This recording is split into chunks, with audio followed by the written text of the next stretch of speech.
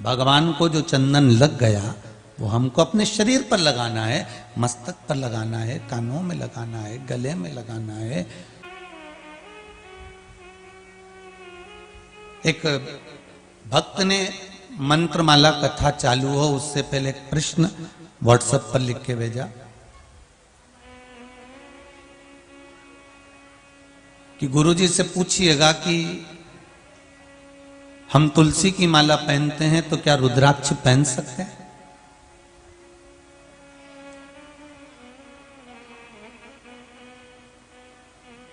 पहले तो वो पुराण ढूंढ कर लेकर आओ जिसमें लिखा हो कि तुलसी की माला पहनना तो रुद्राक्ष मत पहनना और रुद्राक्ष पहनना तो तुलसी मत पहनना।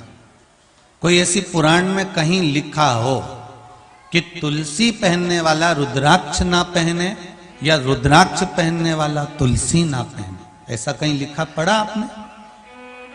हमारे जितने पुराण हैं, हमारे जितने शास्त्र हैं, हम जितने पुराणों को पढ़ते हैं, जितने शास्त्रों का हम स्मरण करते हैं, सारी पुराणों में, सारे शास्त्रों में तुलसी का जितना महत्व कहा गया उतना ही महत्व रुद्राक्ष का कहा गया, और जितना रुद्राक्ष का कहा गया उतना ही तुलसी का कहा गया।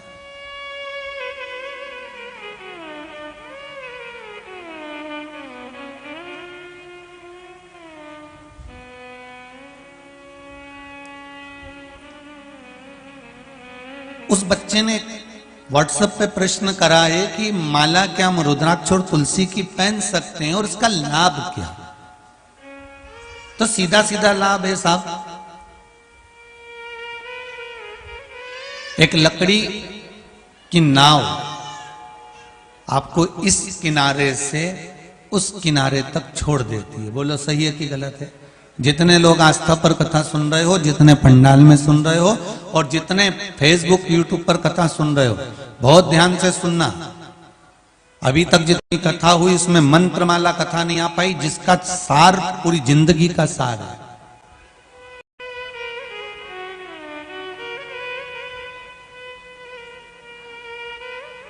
ये उसी में का हाल है, पोथी पढ़ पढ़ जगमुआ पंडित भयो ना कोई, ढाई आखर प्रेम को पढ़े सो पंडित होई। एक पंजाब का एक शिव भक्त आया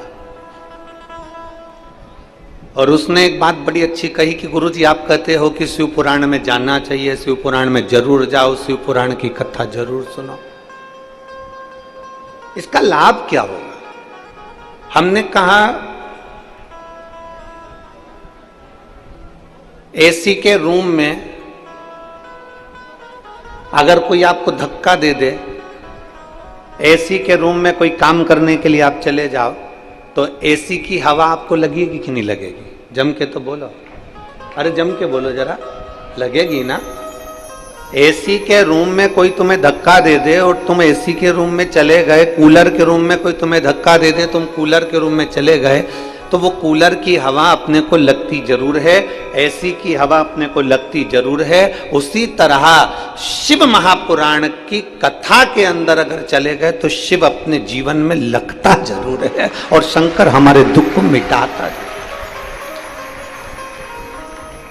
अब बाहर आने के बाद क्या कहोगे? आप काम से गए थे एसी के रूम में और बाहर आके क्या कहोगे? अरे साहब अंदर क्या ठंडाई है, जोरदार, कितनी जोरदार ठंडाई है। मेरा तो मन कर रहा था कि वहां आधा घंटा बैठ जाऊं, कोई काम नहीं करूं, इतनी गर्मी में अगर एसी का रूम मिल जाए तो फिर मैं कहां भटकूं इधर उधर, तो मैं तो वहां बैठ जाऊं। जो एक बार शिव महापुराण की कथा में पहुंच जाता है वो दूसरी बार पूरे गांव को जाकर कहता है मेरा तो मन करता है कि मैं 7 दिन कथा में जाकर बैठ जाऊं। ऐसा आनंद नहीं मिल सकता, ये स्वयं का आनंद है भाई। एक गूंगे व्यक्ति को जो बोल नहीं पाता उस व्यक्ति को गुड़ खिला दो, शक्कर खिला दो, गुलाब जामुन खिला दो और उसके पास में किसी पड़ोसी को बिठा दो और बिठाते से पड़ोसी उससे पूछे गुड़ कैसा लगता है। अब वो तो गूंगा है, निपट गूंगा, कुछ बोल नहीं सकता, पर उससे पड़ोसी पूछे गुड़ कैसा लगता है, शक्कर कैसी लगती है, तो वो जो गूंगा होगा ना वो बता नहीं पाएगा। क्या कहेगा? उससे पूछा गुड़ कैसा लगता है,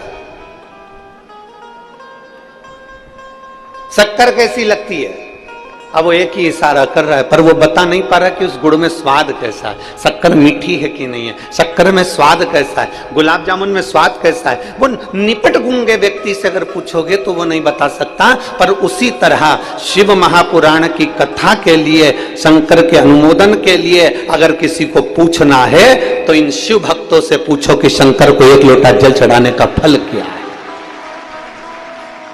ये अपनी चित्तवृत्ति से बताएंगे, ये अपने अनुभव से बताएंगे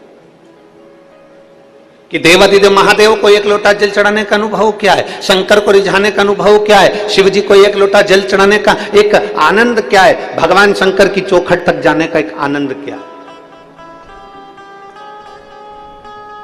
और खाली ना जाता कोई दर से तुम्हारे, खाली ना जाता कोई दर से तुम्हारे, मैं भी खड़ी हूँ नदी बाहें पसारे, अपने हृदय से लगा लो, गिरा जा रहा हूँ, उठा भोले अपने दर से अब तो ना टालो, गिरी जा रही हूँ, उठा दो। वो एक बार जो अनुभव जिसको लग गया है, एक पत्र है,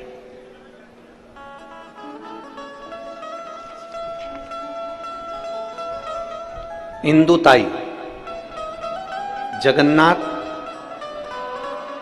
कालमेघ, मुकाम पोस्ट चौसाका, तहसील अंजनगांव, जिला अमरावती की रहने वाली हूं। मेरा मोबाइल नंबर ये है। कहीं बैठी हो तो हाथ हिलाइएगा, अगर कहीं बैठी हो तो हाथ हिलाइएगा, कहीं बैठी हो तो हाथ जरूर हिलाइएगा।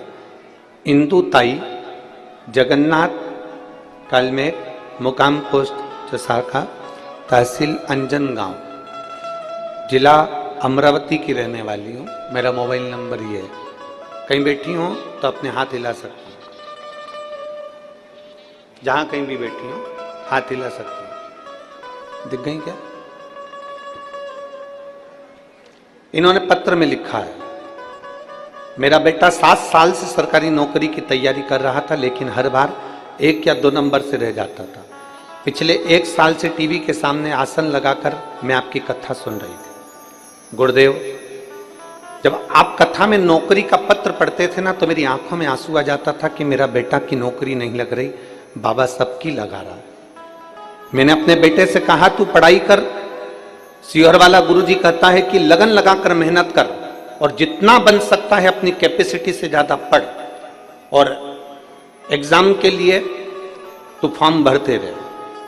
गुरुदेव, मेरे बेटे ने एक बार परीक्षा दी पर उसका नहीं हुआ। अमरावती में जब आपकी कथा हुई तब किसी कारण से मैं नहीं आ सकी और मेरे बेटे से कहा, बेटा मैं नहीं आ सकती तो क्या हुआ, पूरे विश्वास के साथ तू वहां की कथा बैठकर सुन। और मैं आज बाबा को धन्यवाद देने के लिए आई हूं कि आप कहते हो कि कथा के पंडाल में बैठकर कथा सुनने का फल क्या है। तो कोई मुझसे पूछे कि कथा के पंडाल में जब अमरावती में मेरे बेटे ने बैठकर कथा सुनी और जब अमरावती में भक्त आए तो उनकी सेवा में लगा रहा, बाबा की कृपा से आज मेरा बेटा फॉरेस्ट में रेंजर ऑफिसर के पद पर पदस्थ हो गया। मैं बाबा को धन्यवाद देने के लिए आई। कहीं बैठी हो तो हाथ हिला सकती है। इंदुताई, जगन्नाथ, कालमेघ, मुकाम पोस्ट चौसाका, अंजनगांव, जिला अमरावती। मेरा मोबाइल नंबर ये। शिव तत्व किसको कहते हैं? शंभु किसको कहते हैं?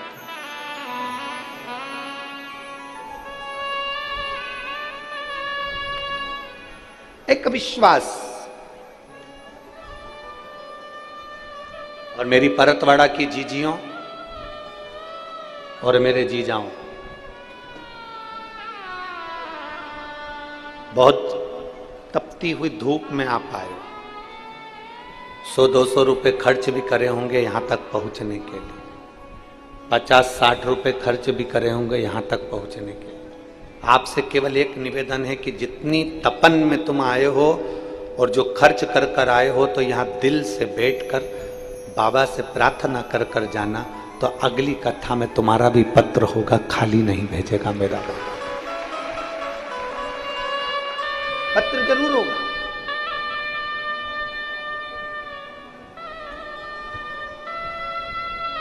शिव महापुराण की कथा कभी खाली नहीं भेजती। शायद दुनिया का कोई बाप होगा जो अपनी बेटी को खाली भेज देता होगा, शायद दुनिया का पहला ससुर होगा जो अपने जमाई को खाली भेज देता होगा। कोई नहीं भेजता, भले जमाई को 10 रुपए दे, 5 रुपए दे, 50 रुपए दे, चाहे अपने घर में अनाज हो तो अनाज दे, कपड़ा हो तो कपड़ा दे, कुछ भी दे, और जमाई को देकर भेजता है और बेटी को भी देकर भेजता है। आप अपने बाप के यहाँ आई हो, शिव पुराण में आई हो, तो बाबा भी आपको खाली नहीं भेजता, तो खाली नहीं भेजता।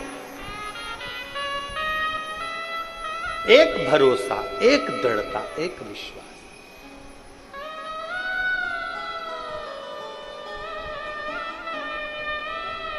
और मेरे भोले तेरा सहारा है,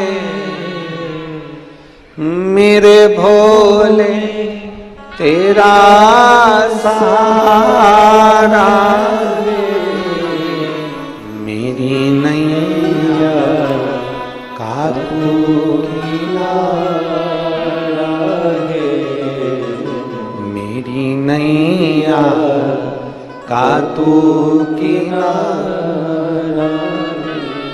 आप पूर्ण भरोसे के साथ सुने, आप पूर्ण विश्वास के साथ सुने। एक भरोसा कर कर सुने कि मेरा बाबा मुझे खाली नहीं लौटा,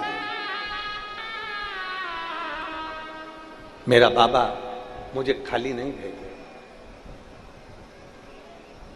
मेरा बाबा मेरा साथ देगा जरूर।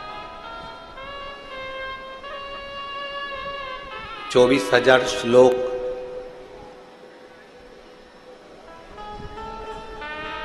12 खंड शिव महापुराण के हैं।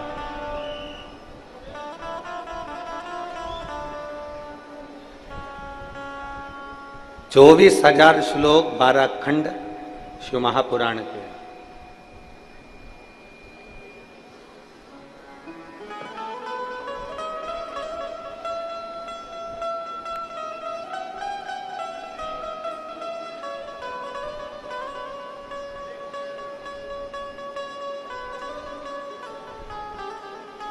एक शब्द भी, केवल एक शब्द हम उतारे अपने भीतर।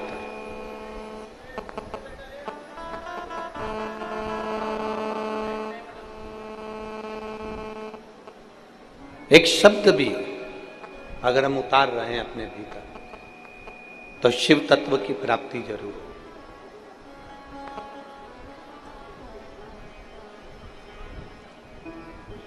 अब लुटाने वाला तो भोलेनाथ जी है जो भर भर लुटाता है, लेने वाले के ऊपर निर्भर करता है कि आप कितना ले सकते हैं, आप कितना ग्रहण कर सकते हैं, ये आपके ऊपर निर्भर करता है।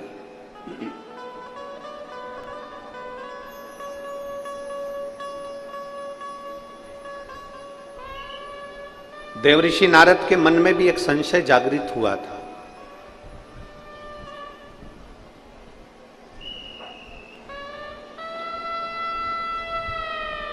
जब उन्होंने देवाधिदेव महादेव का दर्शन किया था, देवऋषि नारद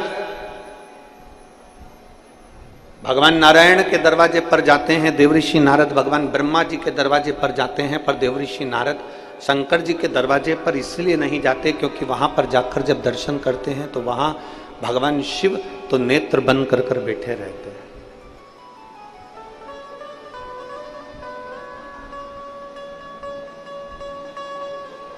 वहां भगवान शिव बैठे हैं नेत्र बंद कर।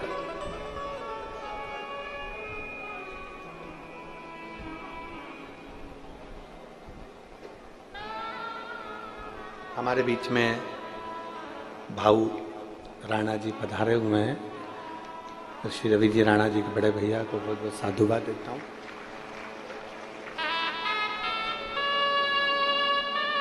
देवऋषि नारद ब्रह्मा जी के पास जा रहे हैं, इंद्र के पास जा रहे हैं, भगवान नारायण के पास जा रहे हैं, पर देवऋषि नारद शिव जी के पास नहीं जा रहे, क्योंकि शंकर भगवान तो नेत्र बंद करके बैठे। ऐसा बहुत भ्रम लोगों ने फैला रखा था कि शंकर भगवान तो क्रोध के देवता हैं, रुद्र हैं, क्रोधी हैं और आंखें बंद कर कर बैठे रहते हैं, तुम्हें शंकर जी को जल चढ़ाने से क्या फायदा। कई कई लोगों ने तो उनका गलत विचार भी करा कि शिवलिंग पे तो जल ही नहीं चढ़ना चाहिए, शंकर भगवान पे तो जल ही नहीं चढ़ना चाहिए। कई लोगों ने ऐसा भ्रम भी फैला रखा। एक माँ बैठी हुई है कोई, मेरा नाम लक्ष्मी गोकुल चंद तिवारी, मैं आकोला की रहने वाली हूं, मेरा मोबाइल नंबर ये है, कहीं बैठी हो तो हाथ हिला सकती। मेरा नाम लक्ष्मी गोकुल चंद तिवारी, मैं आकोला की रहने वाली हूं। आप ही हैं? श्री शिवाय नमस्तुभ्यं। एक बार वापिस हाथ हिला दो। मैं आकोला की रहने वाली हूं, मेरा मोबाइल नंबर ये है। 11 मार्च 2024 को अचानक मेरी तबीयत खराब हो गई। पहले बुखार आया, फिर धीरे धीरे शरीर और खराब होता चला गया, फेफड़े भी खराब होना चालू हो गए, डबल निमोनिया हो गया, तबीयत बहुत बिगड़ गई, मुझे आईसीयू में ले जाकर डाल दिया गया। डॉक्टरों ने कहा 48 घंटे हम देखेंगे, कोई जवाब नहीं दे रहा था। तब हमें इतना भरोसा नहीं था, परिवार वालों को भी इतना विश्वास नहीं था, क्या रुद्राक्ष का जल सारी समस्या का हल हो सकता है, या शिवजी पे चढ़ाया हुआ जल क्या हमारे जीवन में रोगों से मुक्ति दे सकता है। तब मेरे परिवार के लोगों ने एक बेलपत्र लाकर मेरे पलंग के पास तकिए के नीचे रख दी और भगवान शिव पर चढ़ाया हुआ जल मुझे लाकर देना चालू करा और रुद्राक्ष का जल मुझे देना चालू करा। जो डॉक्टर कह रहे थे कि इनका ठीक होना कठिन है, बाबा की कृपा से दूसरे दिन ही मुझे आराम लगना प्रारंभ हुआ। आज मैं बाबा की कृपा से ठीक हूं और बाबा को नमन करने के लिए। ये शिव तत्व है। बैठिए बहन, हर हर महादेव। बैठिए, ये शिव तत्व है। ये शंभु ओघड़ी। भले आप विश्वास के साथ जब भगवान शंकर को एक लोटा जल चढ़ाते हैं, जब शिव की अनुमोदन करते हैं, जब शिव भक्ति करते हैं, तो उसका फल मिलता जरूर।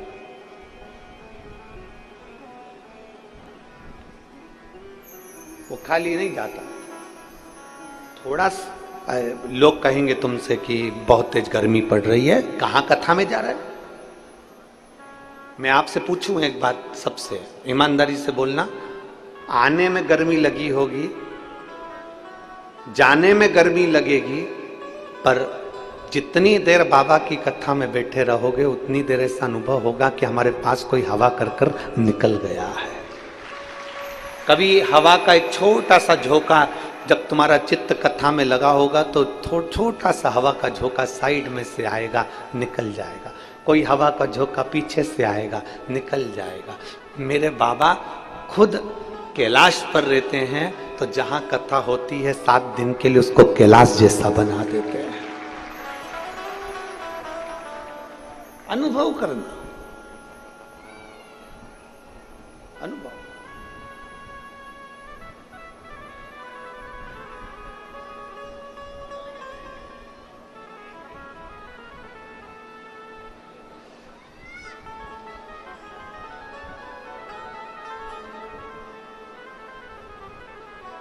और जिस दिन तुम्हारे भीतर ये शिव तत्व का अनुभव हो जाएगा, उस दिन मेरे बाबा को मिलने में देरी नहीं लगी। शिव तत्व का अनुभव करो। पर हम लोग थोड़ा सा अनुभव तो करते हैं, पर हमारी बुद्धि को हम गलत ले जाते, सुनते कुछ है और करते कुछ है। जैसे एक महिला, एक माता अपने पति को लेके वैद्य जी के पास गई और वैद्य जी को उसने दिखाया, मेरा पति बहुत बीमार रहता है, वैद्य जी जरा देखो ना। वैद्य जी ने नब्ज देखी, नब्ज देखकर कहा, मैं इनको दवाई देता हूं सुबह, दोपहर और शाम। मैं दवा दे रहा हूं, कूट कूट के दे देना। मैं दवा दे रहा हूं सुबह, दोपहर, शाम, कूट कूट के दे देना। अब पत्नी दवा लेकर चली गई, पति को भी ले गई, और पत्नी पति को जब दवा देती तो खूब कूटती, दवा को नहीं, पति को कूटती। अब पति को इतना कूटती, सुबह भी कूटती, फिर दवा देती, फिर दोपहर में कूटती, दवा देती, फिर शाम को कूटती, फिर दवा देती। 3 दिन से माँ देख रही थी मेरे बेटे को कितना कूट रही है। अब माँ का हृदय तो माँ का होता है, माँ पहुंच गई। क्या कर रही है बहू? बहू कह रही है कूट रही। तो क्यों कूट रही है? वैद्य जी ने कहा था दवा कूट कूट के देना। सास माथा पकड़ के रोती हुई बोली, उसने कहा था दवा को कूटना, तूने तेरे खसम को कूट दिया, तेरे पति को कूट दिया, ना दवा कूटना। अब कहने वाला कुछ भी कहे, लोग उसका गलत मतलब निकाल ले, गलत जगह पर लेकर चले जाएं, तो ये लोग क्या कर सकते हैं? फिर देने वाले ने दी थी कि दवा कूट कर देना, उसने पति को कूट दिया, अब करे तो करे क्या?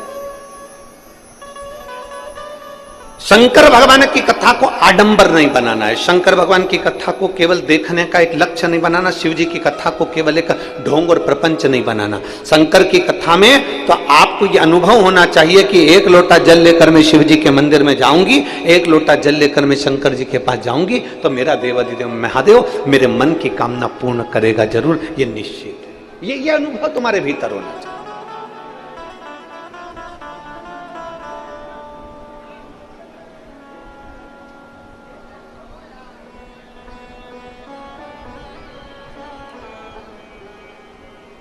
शिव के मंदिर जाना प्रारंभ करो। देवऋषि नारद के मन में भ्रम उत्पन्न हो गया। देवऋषि नारद भगवान ब्रह्मा जी के पास जाते हैं, देवऋषि नारद भगवान विष्णु के पास जाते हैं, देवऋषि नारद इंद्र के पास जाते हैं, देवऋषि नारद गरुण वरुण के पास जाते हैं, पर देवऋषि नारद भगवान शंकर के पास नहीं जाते ही नहीं। क्योंकि शिव के पास जाएंगे तो क्या करेंगे जाकर? उनके तो नेत्र बंद।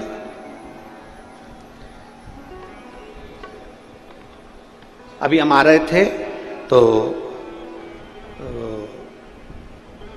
बैतूल से परतवाड़ा के इस रास्ते पर बहुत बड़े बड़े पहाड़ हैं, घाट बहुत सारे, और परतवाड़ा ये घाटों के नीचे ही बसा हुआ है। परतवाड़ा भी किसी हिल स्टेशन से कम नहीं, घाटों के नीचे ही है।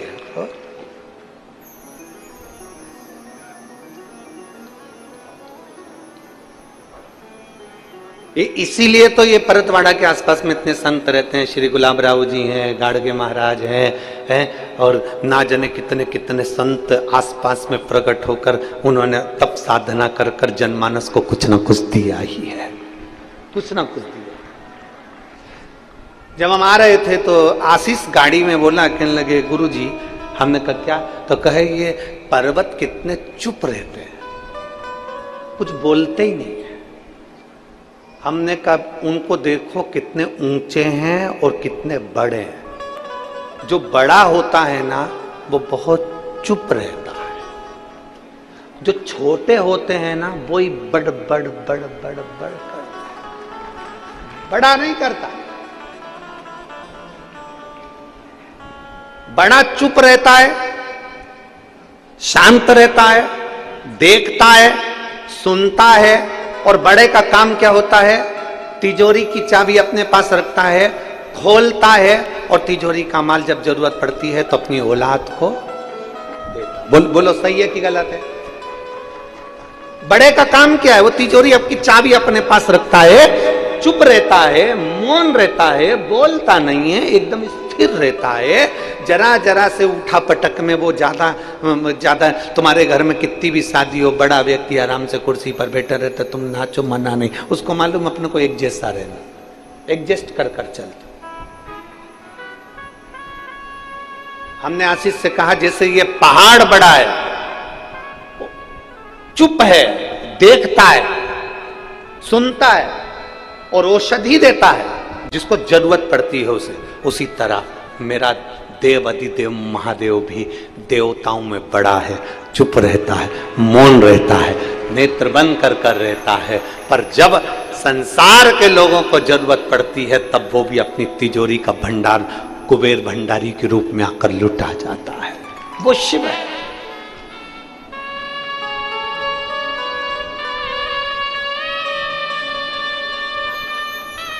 वो बहुत बड़ा है। भगवान शिव ओगड़दानी, त्रिकालदर्शी, कैलाशी, अविनाशी, शंकर, जो त्रिलोकी का नाथ है। देवर्षि नारद नहीं जा रहे उनके पास, क्योंकि शिव को पहचानना ही तो कठिन है।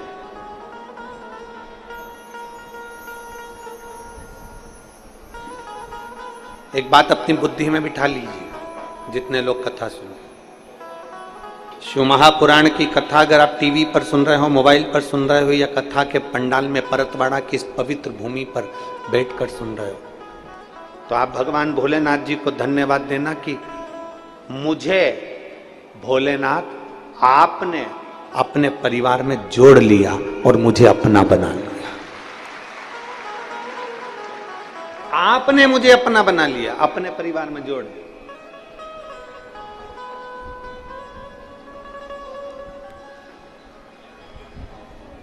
बहुत भटके थे, बहुत। एक माँ बैठी है जिसके बच्चेदानी में गठान हो गई थी, और गठान भी कोई साधारण नहीं थी।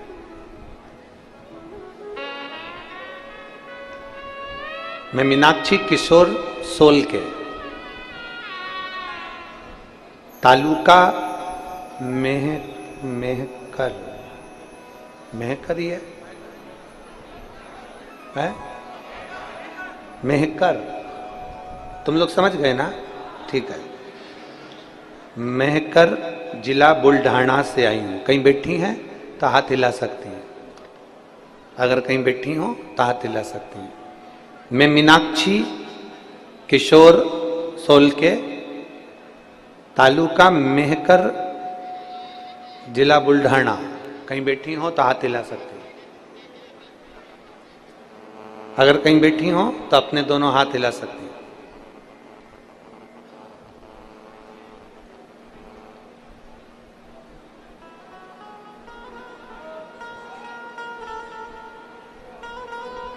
गुरुजी, मेरे हार्ट में छेद था दिल के अंदर। 2017 में मैंने ऑपरेशन करा लिया था। ऑपरेशन कराने के 3 महीने तक तो मैं ठीक रही, उसके बाद मेरे शरीर में सूजन आना प्रारंभ हो। इलाज खूब करवाया, 7 साल तक मैंने इलाज करवाया, पर मेरे शरीर में आराम नहीं लगा। ऑपरेशन के बाद में इलाज करवाते करवाते थक गई। तब फिर मैंने वापिस डॉक्टर को दिखाया, तो डॉक्टर ने कहा तुम्हारी बच्चेदानी के अंदर गठान है, और बच्चेदानी की गठान को निकालना जरूरी है। मैंने डॉक्टर से कहा मेरा पहले भी हार्ट का ऑपरेशन हुआ है, मेरे हार्ट में छेद था। डॉक्टर कहे इसको निकालना बहुत जरूरी है। तब मैंने डॉक्टर साहब से कहा कि ऑपरेशन की तारीख निकालो, तब तक मैं घर जाती। घर आ गई, बाबा पे भरोसा करा। मेरी पड़ोसन के कहने पर मैंने शिव पुराण की कथा सुनी। मेरे रिश्तेदारों ने कहा कि वो सियोर वाला महाराज कहता है कि किसी भी कथा के पंडाल में बैठकर जब कथा सुनी जाती है और दिल से कहा जाता है, पंडाल की रच को अपने शरीर पर लगाया जाता है, तो वो चंदन का काम करती है, क्योंकि जितने दिन कथा होती है उतने दिन वो पंडाल नहीं कैलाश धाम होता है। इसलिए वहां की रज अपने शरीर पर लगाना चाहिए। अब मैं करूं तो करूं क्या? मेरे शरीर में इतना दुख, पंडाल में जाकर कैसे कथा सुन सकती हूं? तब आपकी कथा 40 गांव में हो रही थी। मेरे परिवार वालों ने कहा कि 40 गांव में कथा हो रही है। मैं 40 गांव कथा में चली तो गई, पर बैठ नहीं सकती थी, क्योंकि मेरे पेट में इतना दर्द हो रहा था। खड़े खड़े मैंने कथा सुनी, भोलेनाथ जी से प्रार्थना करी, बाबा आपके भरोसे आई हूं और मैंने सुना है कि तुम सब दुख का निवारण करते हो। मैंने खड़े खड़े कथा सुनकर और मिट्टी को अपने पेट पर लगा लिया। दूसरे दिन मैंने बैठकर कथा सुनी, तीसरे दिन की मैंने कथा सुनी चौथे दिन की कथा सुनी, 5वें दिन मेरे पेट का दर्द बंद हो गया। दर्द बंद होने के 1 महीने बाद मैं डॉक्टर को दिखाने के लिए गई तो डॉक्टर ने कहा तुम्हारे पेट की जो गठान थी बच्चेदानी की, वो गठान नहीं है और आप ठीक हो। मैं बाबा को धन्यवाद देने के लिए यहाँ पर आई हूँ, बाबा को प्रणाम करने के लिए आई हूँ। मैं मीनाक्षी किशोर सोल के तालुका मेहकर जिला बुल्ढाना से आई हूँ। कहीं बैठी हो तो एक बेलपत्र लेने के लिए आ सकती हैं। मेरा मोबाइल नंबर ये है। जिन पत्र को हम पढ़ते हैं उन पत्र पर मोबाइल, कहीं बैठी हैं क्या, उन पत्र पर मोबाइल नंबर भी रहता है। जिसने लिखा, नाम लिखा, एड्रेस लिखा, शिव तत्व की प्राप्ति, एक शंकर का अनुमोदन,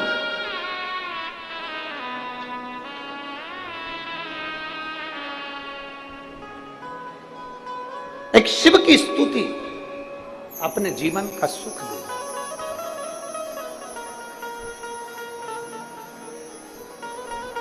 आपको लगता होगा परतवाड़ा वालों कि कथा तो बहुत होती रहती है परतवाड़ा में, आए दिन कथा चलती रहती है। शिव महापुराण में ऐसा क्या है?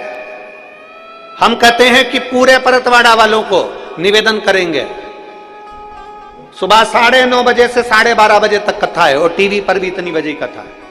12:30 बजे के बाद अपनी दुकान खोलना। बाबा रोज तुम्हारे दरवाजे पर नहीं आता, वो लुटाने।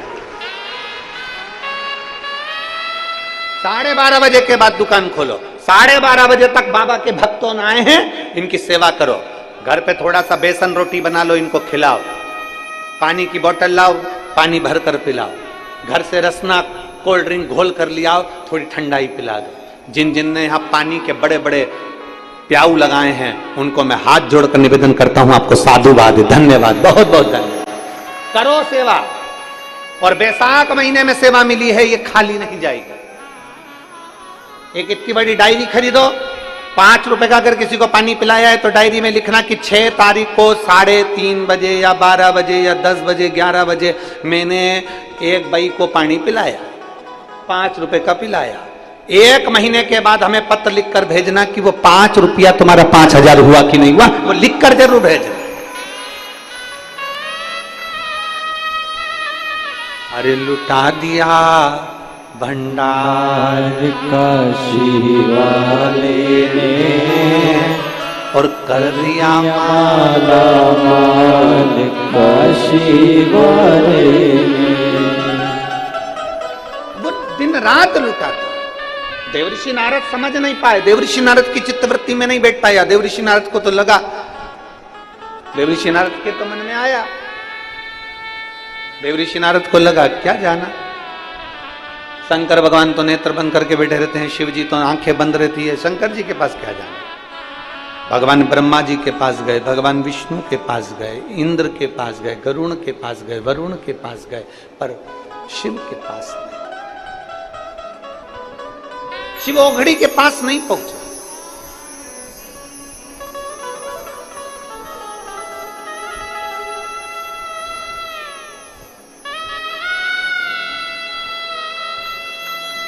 बड़ा, बहुत बड़ा भाग्य चाहिए शिव के पास जाने के। जायसवाल जी, ओम प्रकाश जी हो, चाहे प्रकाश नंद किशोर जी हो, मैं आपको धन्यवाद देता हूँ। ये आपके माता पिता की पुण्याई है, आपके पूर्वजों का आशीर्वाद है, जो ये परतवाड़ा की पवित्र भूमि पर जायसवाल परिवार कथा करवा। साधुता। और यहां जितने बैठे हैं, भगवान भोलेनाथ जी से प्रार्थना कर कर जाना, बाबा मेरी झोली में ऐसा धन देना, इतना धन देना कि एक बार मैं भी शिव महापुराण की कथा करवा सकूं, इतनी अंबारी भर कर देना मुझको, मैं भी करवा।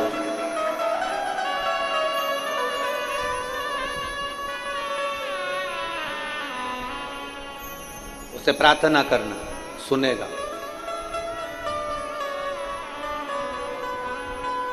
तुम जितना कमाते हो ना दुकान पर बैठकर, इसका हिसाब तुम्हारे परिवार वालों के पास रहता है। कमाई का हिसाब तुम्हारे घर के लोगों के पास रहेगा, परिवार वालों के पास रहेगा, पर तुम जो यहाँ लोगों को पानी पिला रहे हो, कथा सुनवा रहे हो, लोगों की सेवा कर रहे हो, तुम्हारे कर्म का हिसाब मेरे भोले बाबा के पास में रहेगा। अच्छे कर्म का हिसाब मेरे शंभू के।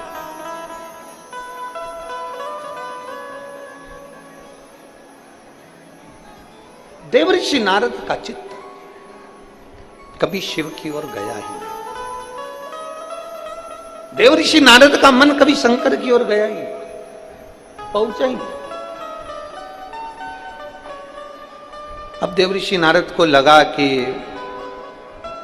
सारे देवताओं के पास घूमकर आ गया, पर आज तक मैं भगवान शिव जी के पास में नहीं गया, आज तक मैं शंकर जी के करीब नहीं गया। आज एक बार मैं शिव के पास जाता, आज एक बार मैं शंकर जी के करीब में जाता, और बड़ी कहीं शंकर की करुणा हुई होगी, कहीं शिव की कृपा हुई होगी तो चले।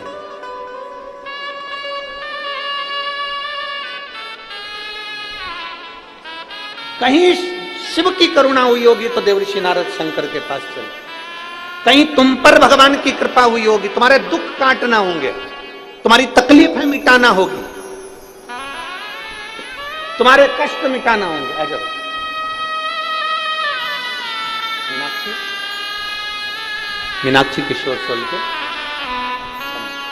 ये वही बेटी है जिसने 40 गांव की मिट्टी को अपने पेट पर लगाया था, और डॉक्टर भी आश्चर्य कर रहा है कि गठान कैसे गल गई। ये शिव तत्व, बच्चेदानी की गठान कैसे गई।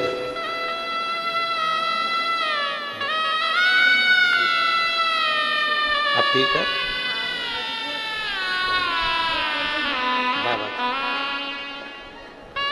और लुटा दिया भंडार काशी वाले ने, कर दिया माला माल काशी वाले ने। किसी के दुख को मिटाना होगा तो मेरा बाबा उसको शिव महापुराण में बुलाता है।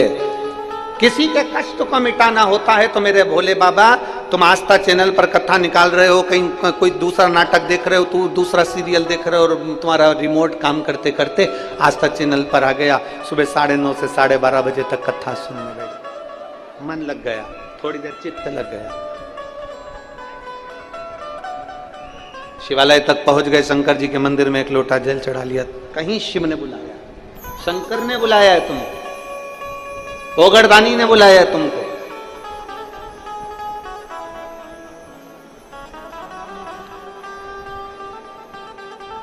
ये उसकी कृपा है।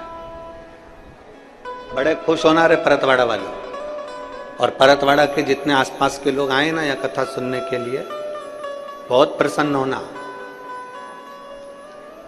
वो कहते हैं ना कि किसी को हिचकी आती है ना, क्या बोलते हैं, हिचकी बोलते, डुचकी बोलते है? हिचकी जैसी, और जैसे हिचकी आई ना तो लोग कहते हमारी छोरी याद कर रही है, मेरी छोरी याद कर रही है। जैसी हिचकी आई तो क्या मेरा छोरा याद कर रहा।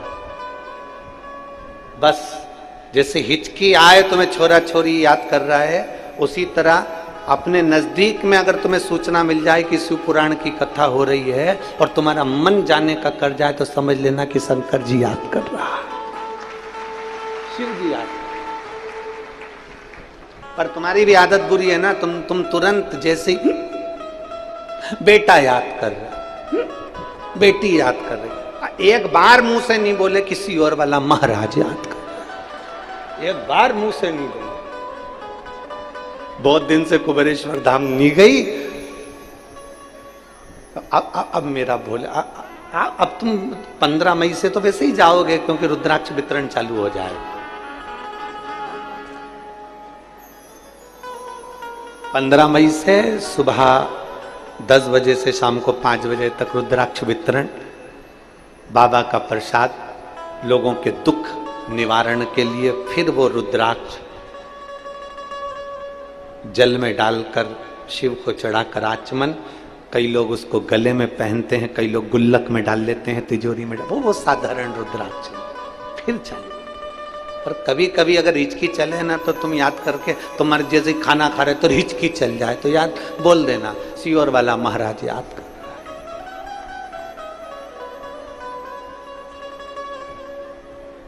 पर तुम उनके सामने मत बोल देना, नहीं तो पति कहेंगे तेरे को सीवर वाला बड़ा लगा, तो तुम कह देना हमारा भाई है।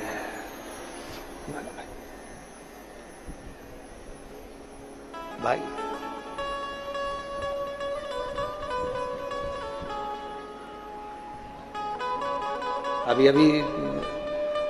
अभी हम जब सीहोर में थे तो एक महिला 15 दिन से सीहोर में रह रही।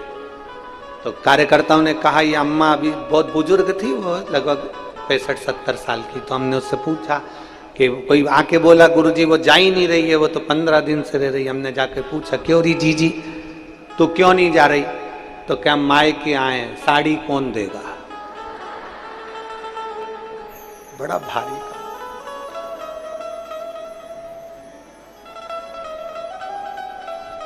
वो शिव है, वो घड़ता। देवऋषि नारद की चित्तवृत्ति में बैठ गई बात और देवऋषि नारद ने सोच लिया जाना है मुझे शंकर के पास में। सब दूर जाना सरल है पर शिव के पास जाना कठिन है। गोवा घूमने जाओगे, अमरावती घूमने जाओगे, अकोला घूमने जाओगे, मुंबई घूमने जाओगे, पर परतवाड़ा का शमशान घूमने नहीं जाओगे। जाओगे क्या? एक दिन तुम्हारा मन कर जाए पति पत्नी का, आज अपनी शादी की सालगिरह है, शमशान चलते हैं।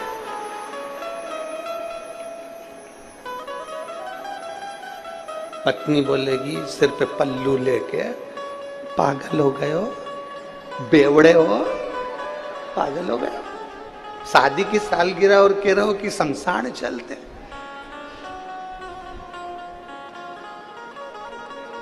इतने में पति बोल देगा आखिरी में तो जाना ही है। और एक बात अपने अंदर उतार कर रख लो, जहां शिव है वहां शमशान है, जहां शमशान है वहां शिव है। इसलिए काशी को शमशान नहीं कहते, काशी को महाशमशान कहते हैं, क्योंकि काशी कोई साधारण नहीं है, साधारण नहीं।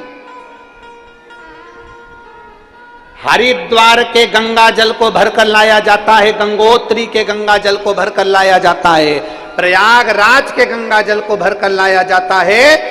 तुम जहां जाओगे वहां के गंगा जल को भरकर लाया जाता है, केवल काशी का गंगा जल भरकर नहीं लाया जाता।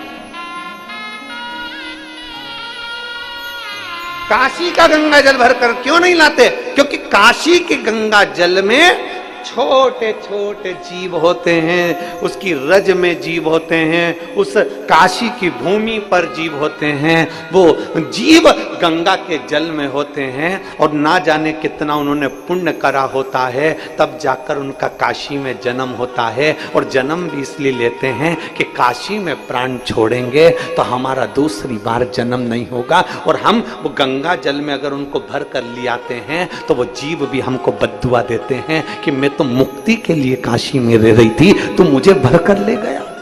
मैं मेरे मोक्ष के लिए रह रही हूं, मैं मुक्ति के लिए रह रही हूं। शिव महापुराण की कथा कहती है ब्रज की रज में जाना तो ब्रज की रज को उठाकर नहीं लाना।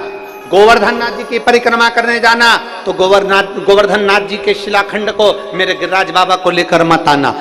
आप किसी तीर्थ में घूमने के लिए जाना तो वहां की रज को लेकर मत आना। ना जाने उस रज में, उस जल में ना जाने कितने जीव होंगे जो तप कर रहे होंगे, साधना कर रहे होंगे और भगवान से प्रार्थना कर रहे होंगे कि आपके चरण की रज मिलेगी। कोई संत के चरण की रज, कोई सदगुरु के चरण की रज, कोई जीव के चरण की रज मिलेगी और कल्याण हो जाएगा। हाँ, अगर काशी में भी तुम्हें गंगा जल लाना है तो काशी के गंगा जल को लाने से पहले शंकर जी को समर्पित कर कर एक लोटा जल शिव को चढ़ा दो पहले, फिर वहीं से भरकर मेरे बाबा से आज्ञा लेकर उस काशी के जल को लेकर आ जाओ कि बाबा अब गंगा जी का जल नहीं, मुझे आपका चढ़ा हुआ मस्तक का जल लेकर जा रही हूं जो संपूर्ण जीवों का कल्याण करने वाला है। जिस काशी का केवल नाम उच्चारण ही हमारे जीव की कल्याण कर देता है। 5 बार काशी काशी बोला, जीव का उद्धार हो गया।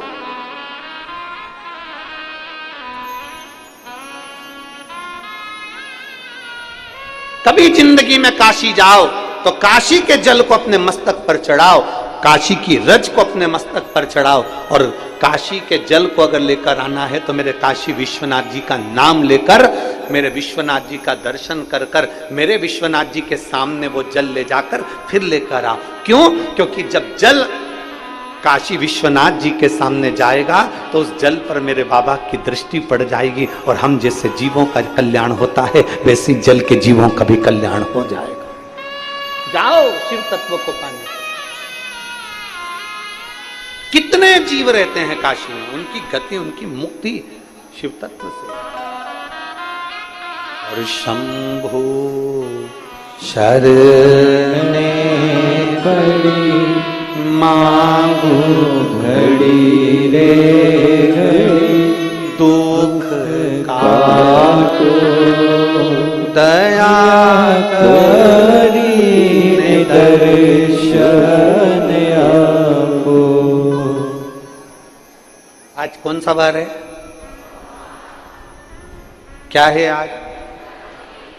महीने की मासिक शिवरात्रि।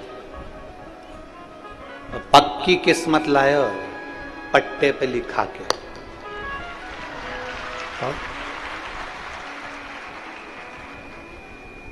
और तुमसे ज्यादा प्रसन्नता हमको भी है। एक महीने बाद हमारी कथा चालू भी करे तो बाबा की कृपा से मासिक शिवरात्रि के दिन और सोमवार के दिन प्रारंभ हो। ये प्रसन्न बोल बम का नारा है, सारी समस्या का हल।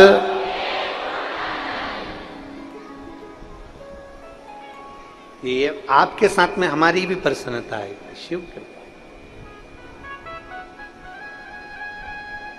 इसीलिए कहते हैं आप कथा में बैठे हो मुस्कुराइए। घर पे जाने के बाद तो वैसे भी तुम सिंदूर चढ़े हुए भेरू हो जाते हो, मैं मुस्कुरा भी नहीं पाता।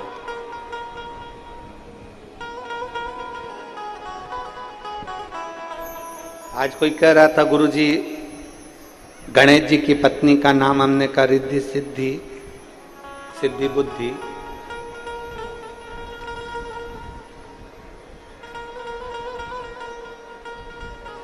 गणेश जी की पत्नी का नाम रिद्धि सिद्धि है, पर अपनी पत्नी का नाम तो जिद्दी है। उनकी सिद्धि बुद्धि है।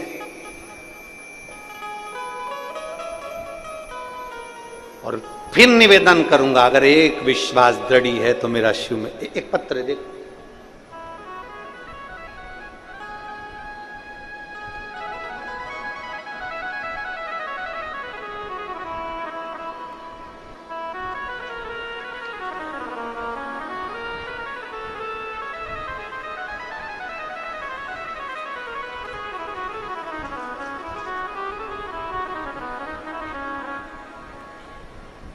मेरा नाम प्रणाली सचिन सिरभाते, परतवाड़ा की रहने वाली हूं। कहीं बैठी हैं? हाथ हिला सकती हैं। और यदि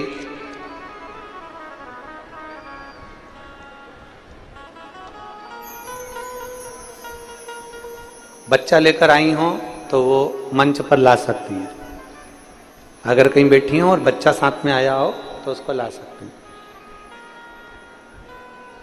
प्रणाली सचिन सिरभाते, परतवाड़ा की रहने वाली हूं। मेरा मोबाइल नंबर ये। मैं बाबा को धन्यवाद देने के लिए आई हूं। कहीं बैठी हैं तो हाथ हिला सकती हैं। अगर बच्चा साथ में लाई है तो बच्चे को भी लेकर आ सकती हैं। मैं बाबा को धन्यवाद देने के लिए आई हूं। पहली बार मेरा जब गर्भ ठहरा था तो किसी कारणवश मेरा गर्भपात हो गया। दूसरी बार डॉक्टरों ने सोनोग्राफी करी, गर्भ में बच्चा तो था पर दिल में धड़कन नहीं थी, तो वो भी डॉक्टर ने निकलवा दी। तीसरी बार डॉक्टर को दिखाने के लिए गए तो अमरावती के डॉक्टर साहब को जब दिखाया तो डॉक्टर ने कह दिया तुम्हें संतान नहीं हो सकती, तुम्हारे संतान का सुख नहीं है, तुम्हारी गर्भाशय में खराबी है, जिसके कारण जितने भी बच्चे ठहरेंगे वो बेकार हो जाए। 10% भी तुम्हारे बच्चे ठहरने का कोई चांस नहीं है। तब टीवी पर कथा चल रही थी तो हमने पशुपति नाथ के व्रत को सुना। और पशुपतिनाथ का व्रत करना प्रारंभ करा। बाबा का मैं क्या गुणगान करूं गुरुदेव, दुनिया के लोग आप पर हंसते होंगे, पर मेरा बाबा तो बाबा ही है। मैंने एक व्रत करा, मेरा गर्भ नहीं ठहरा, दूसरा व्रत करा, गर्भ नहीं ठहरा, तीसरा व्रत करा, गर्भ नहीं ठहरा, पांचवें व्रत के दिन बाबा की ऐसी कृपा हुई कि मेरे पेट में दर्द हुआ और मैं डॉक्टर को दिखाने के लिए, जांच कराने के लिए गई तो पता चला कि मेरा गर्भ ठहर गया। मैं बाबा को धन्यवाद देती हूं, जहां डॉक्टर ने मना कर दिया था संतान के लिए और मुझे बाबा ने एक संतान दी है, मैं बाबा को धन्यवाद देने के लिए यहां पर आई हूं। शिव तत्व की प्राप्ति। मेरा नाम प्रणाली सचिन शिरभाते, रहने वाली परतवाड़ा की हूं। मेरा मोबाइल नंबर ये है, अगर कहीं बैठी हो तो आ सकती हैं, बच्चे को ला सकती। शिव तत्व की प्राप्ति, शंकर को घड़ी है। एक भरोसा, एक विश्वास, एक दृढ़। देवऋषि नारद को लग गया कि मुझे अब शिव मिलेंगे। देवऋषि नारद को लग गया कि अब मुझे शंकर के पास जाना। जब तक वो आज्ञा नहीं करता तब तक आप कथा में भी नहीं जा सकते। जब तक वो कृपा नहीं करता तब तक आप कथा के पंडाल तक नहीं पहुंच सकते। जब तक वो कृपा नहीं करता तब तक तुम टीवी खोलकर भी कथा नहीं देख सकते, मोबाइल पर भी नहीं देख सकते। इतनी अड़चने आ जाती। कर दी कृपा भोलेनाथ, बहुत कृपा।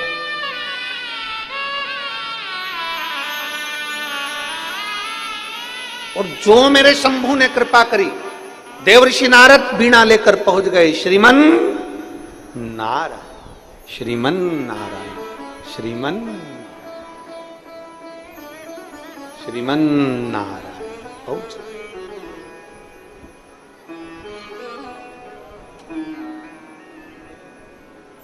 क्या बात है।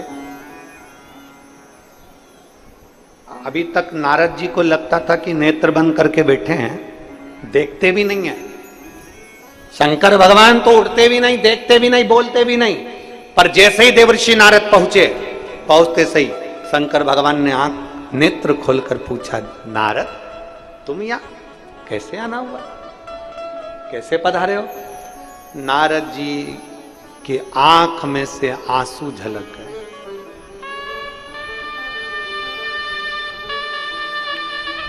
नेत्र में से जल झलक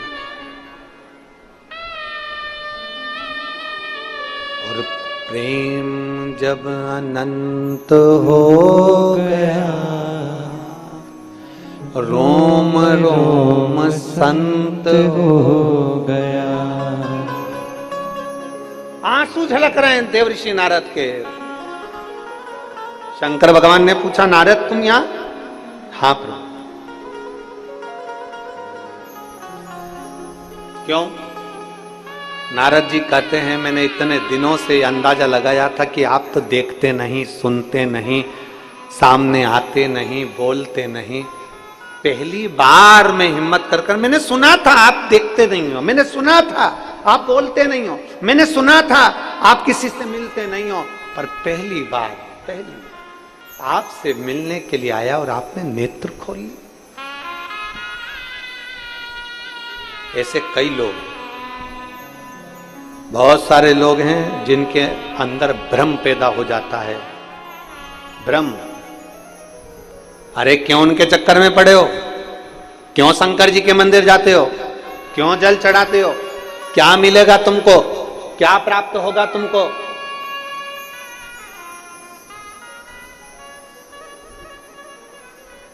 कई लोगों को एक पत्र है जिसमें एक माँ ने लिखा है, मेरा नाम प्राध्यापिका सुआशा अनिल माटे है, मैं बोधगढ़ निवासी हूँ, महाराष्ट्र से हूँ। मैं बोधगढ़ स्थित कनिष्ठ महाविद्यालय में प्राध्यापिका के पद पर कार्यरत हूँ। कहीं बैठी हो तो हाथ हिला सकती हैं। मैं कनिष्ठ महाविद्यालय में प्राध्यापिका के पद पर कार्यरत हूँ। मेरा नाम प्राध्यापिका सो आशा अनिल माटे है। कहीं बैठी हो तो हाथ हिला सकती है। हाँ, एक बार वापिस हिला दो। मैं बोधवड़ निवासी महाराष्ट्र से हूं। मैं बोधवड़ स्थित कनिष्ठ महाविद्यालय में प्राध्यापिका के पद पे कार्यरत हूं। आपकी शिव महापुराण की कथा बहुत दिनों से सुन रही हूं। शिवजी को जब से मैंने सुनना प्रारंभ करा तब से मेरे जीवन में बहुत सारा बदलाव आया। मेरी एक बेटी अमेरिका में रहती है, उसको 8 साल का लड़का हो गया, उसके बाद में उसको संतान नहीं। अमेरिका के कई हॉस्पिटल में उसने इलाज करवाया पर उसको संतान का सुख नहीं। मैंने अपनी बेटी से कहा कि यहां सियोर वाला महाराज कथा करता है और वो सफेद आंकड़े की जड़ का प्रयोग बताता है, पीपल के पत्ते का प्रयोग बताता है, तू वो कर। मेरी बेटी ने कहा यहां अमेरिका में कहां पर करूंगी मां। तब दामाद के एक दोस्त भारत में आए और भारत में आए तो मैंने उनके हाथों से सफेद आंकड़े की जड़ भेज दी, पीपल के पत्ते भेज दिए और वो सारी बात लिखकर भेज दी कि ऐसा ऐसा करना। मेरी बेटी ने अमेरिका के स्थित शिव मंदिर में जाकर सफेद आंकड़े की जड़ का प्रयोग करा, परंतु 2 महीने हो गए उसका गर्भ नहीं ठहरा। बेटी हंसने लगी मेरे पर, मां तू क्यों महाराजों के चक्कर में पड़ती है, देख मैंने 2 महीने से गर्भ नहीं ठहरा, मैंने जड़ को बांध कर रखा। अब तो तेरा दामाद भी कहता है कि मम्मी तो पागल हो गई, क्यों महाराजों के चक्कर में पड़ती। मैंने अपनी बेटी से कहा कि 2 महीने हुए हैं, अभी महाराज 3 महीने के कहता है, 1 महीना और बांध कर रख। समय बीता, मेरी बेटी का गर्भ ठहर गया और बाबा का मैं क्या गुणगान करूं गुरुदेव। 27 अक्टूबर 2023 को मेरी बेटी के घर में संतान की प्राप्ति हो गई। मैं बाबा को धन्यवाद देती हूं। आपके कहने पर मेरी बेटी बेलपत्र में जल चढ़ाती थी, इसलिए उसने अपनी लड़की का नाम बिलवा रखा। क्या नाम रखा? बिलवा। बिलवा नाम रखा और आज मेरी बेटी बड़ी खुश है। मैं बाबा को धन्यवाद देने आई हूं। माता जी एक बार वापिस हाथ हिला दो। साधुवाद, आपको बहुत बहुत बधाई। मेरा एक बेटा है जो ठीक पढ़ाई नहीं कर पाया पर उसकी सैलरी कम थी और जॉब उसकी छूट गई। तब मेरे बेटे से भी मैंने शंकर भगवान को जल चढ़ाने को कहा। आज मेरा बेटा इंफोसिस कंपनी में बाबा की कृपा से उसकी ज्वाइनिंग हो गई। मैं बाबा को धन्यवाद देने के लिए आई हूं। गुरुजी मैं प्रणाम करने आई हूं। बैठिए मां, बैठ जाओ। श्री शिवाय नमस्तुभ्यम। शिव तत्व की प्राप्ति करो, शंकर की आराधना।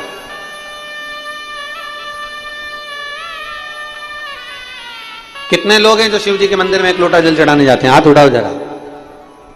रख लो रख लो, बहुत बढ़िया, जाना चाहिए।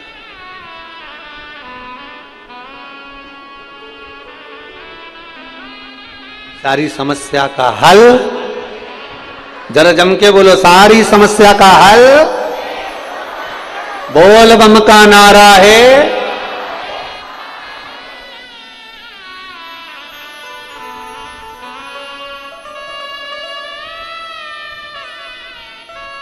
महाराज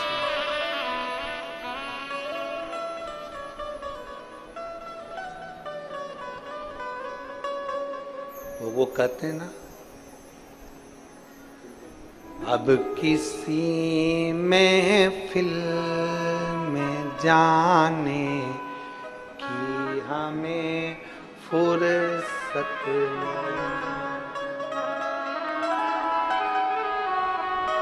कहाँ जाए।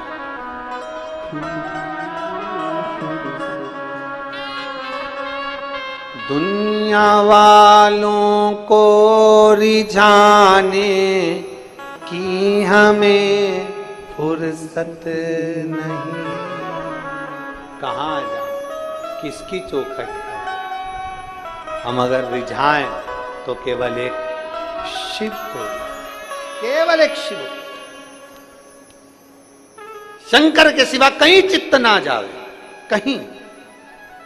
और मेरा फिर निवेदन है मेरी जीजियों, दुख आए ना किसी के पास जाकर मत रोना, किसी के पास।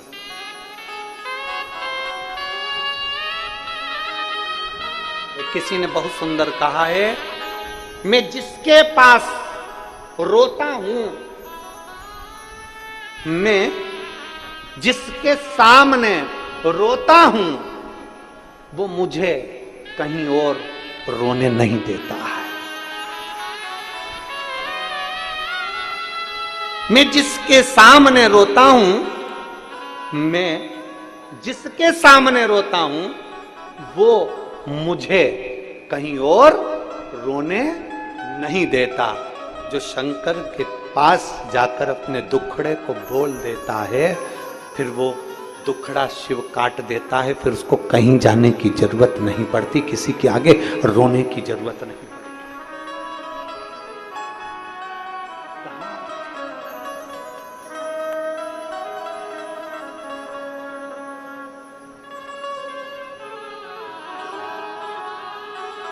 कहां जा, किससे कहें, किससे अपने मन की बात कहें, किससे जाकर कहें?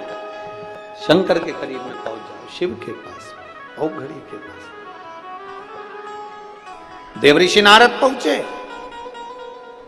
सोच कर गए थे शंकर जी नेत्र नहीं खोलेंगे, सोच कर गए थे शंकर जी नहीं सुनेंगे।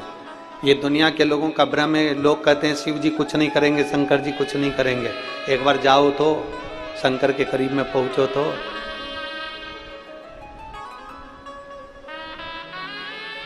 एक बार उसके करीब में जाकर निवेदन तो करो, बोलो तो। शिव कथा करे। देव ऋषि नारद की आंख में आंसू थे। भगवान शंकर जान गए कि ये कुछ देखना चाहे, कुछ नहीं। देव ऋषि नारद को ज्ञान उपदेश दिया। देवराज, नारद जी का संवाद थोड़ा लंबा है, इसको कल की कथा में और लेंगे। देवराज नाम का ब्राह्मण जिसके प्राण छूटे, शिव के मंदिर में एक क्षण की कथा सुनी और बेलपत्री के पेड़ के नीचे प्राणों को त्याग दिया। बेलपत्र के वृक्ष के नीचे एक बेलपत्री, एक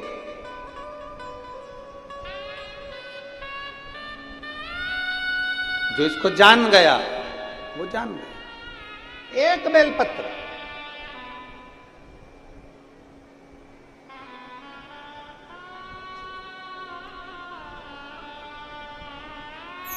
वो कहते हैं ना, दवा के साथ में दुआ की भी जरूरत पड़ती है।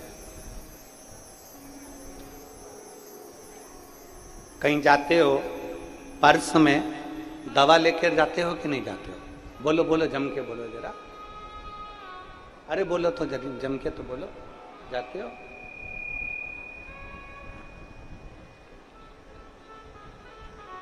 पर्स में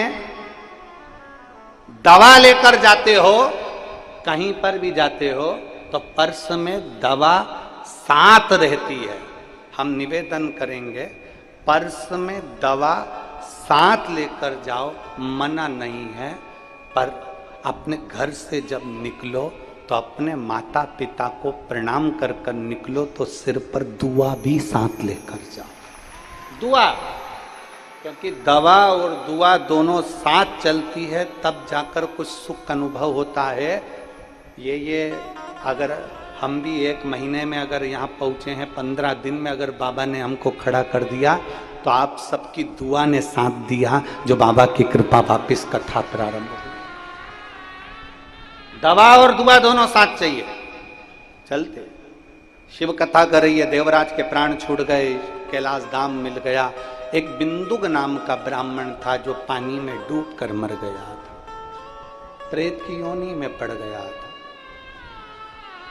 प्रेत की योनि, पानी में डूब कर मरा था, इसलिए प्रेत की योनि मिल गई। अगर हमसे कोई कहता है ना कि हम तो बहुत परेशान हो गए, हम तो कुएं में डूब के मर जाएं, तालाब में डूब के मर जाएं, नदी में डूब के मर जाएं, हम उनसे कहते हैं सुसाइड का तुम ये जो नया तरीका ढूंढो, ये पानी में डूब के नहीं मरना, इसमें मुक्ति नहीं, इसमें मोक्ष नहीं।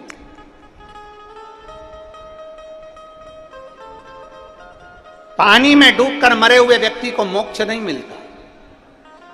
और बिंदुक मर गया, प्रेत योनि में पड़ गया। चंचुला देवी ने काशी की यात्रा कर कर शिव महापुराण की कथा को श्रवण किया, और शिव महापुराण की कथा सुनकर मन में भाव उत्पन्न हो गया कि मुझे शंकर की कथा का आनंद लेना है। बस उसमें डूबने ही वाली थी कि पांव फिसल गया, नीचे गिरते ही प्राण छूट गए। प्राण छूटे तो वो कैलाश धाम चली गई, और कैलाश धाम में पार्वती जी की सहेली बन गई। माता पार्वती जी की सहेली, और मां पार्वती जी की सहेली बनकर मौन रहकर बैठती है। पार्वती जी पूछती हैं तुम्हारे मौन रहने का कारण क्या है? कहा मेरे पति की मुक्ति नहीं हुई, मेरे पति का मोक्ष नहीं हुआ। कहा शिव महापुराण की कथा सुनो। किससे सुनो? देव ऋषि नारद को तो श्राप लगा था, एक जगह नहीं बैठ सकता, किसके पास जाओ?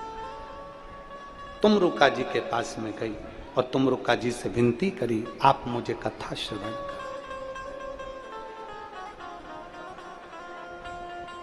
ये तुमरुका जो नाम है ये बड़ा काम का नाम है। एक बीमारी होती है जिसको कहते हैं सोराइसिस। एक बीमारी होती है जिसके अंतर्गत शरीर में खुजली होती रहती है, फुकड़ियां निकलती रहती है, सोराइसिस जैसी बीमारी होती है। एक किसी किसी के शरीर में बीमारी हो जाती है, चमड़ी सफेद पड़ने लगती है, चमड़ी का रंग सफेद हो जाता है। एक किसी किसी के शरीर में बीमारी होती है कि पूरे शरीर में चट्टे पड़ने लगते हैं। हम निवेदन करेंगे 21 सोमवार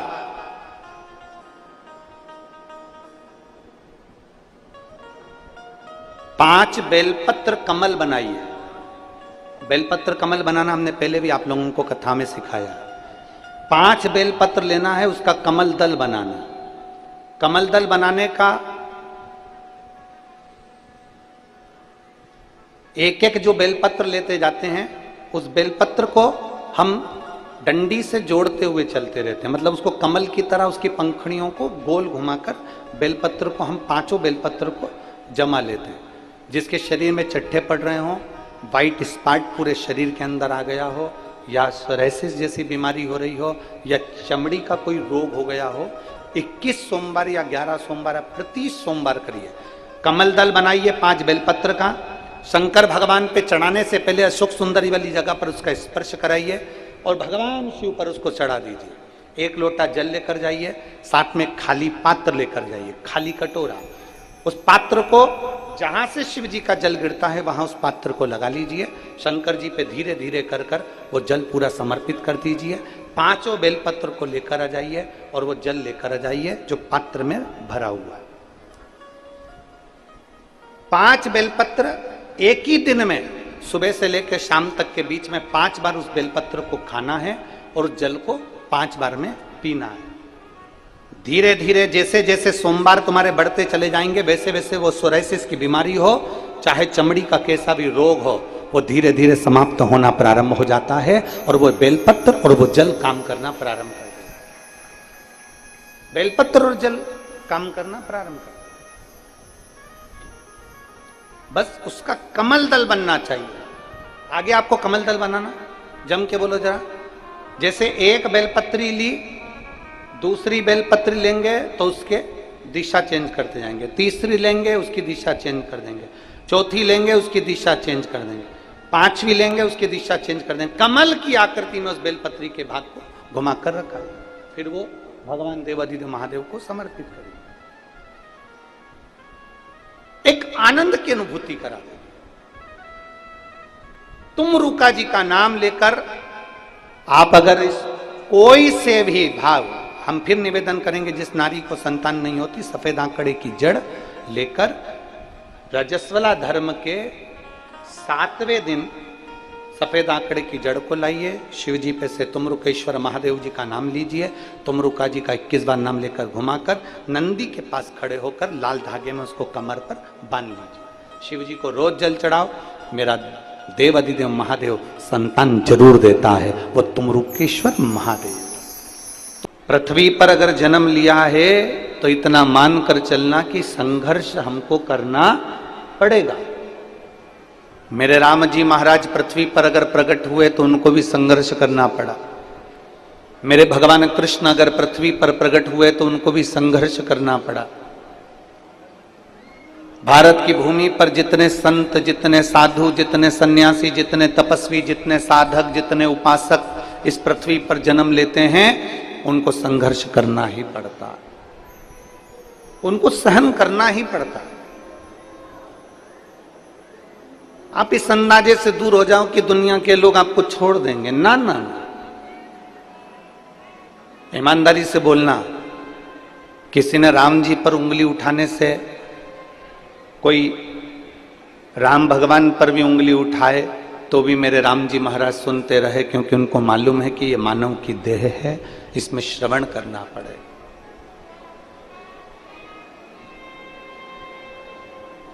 इसमें सहन बहुत करना है,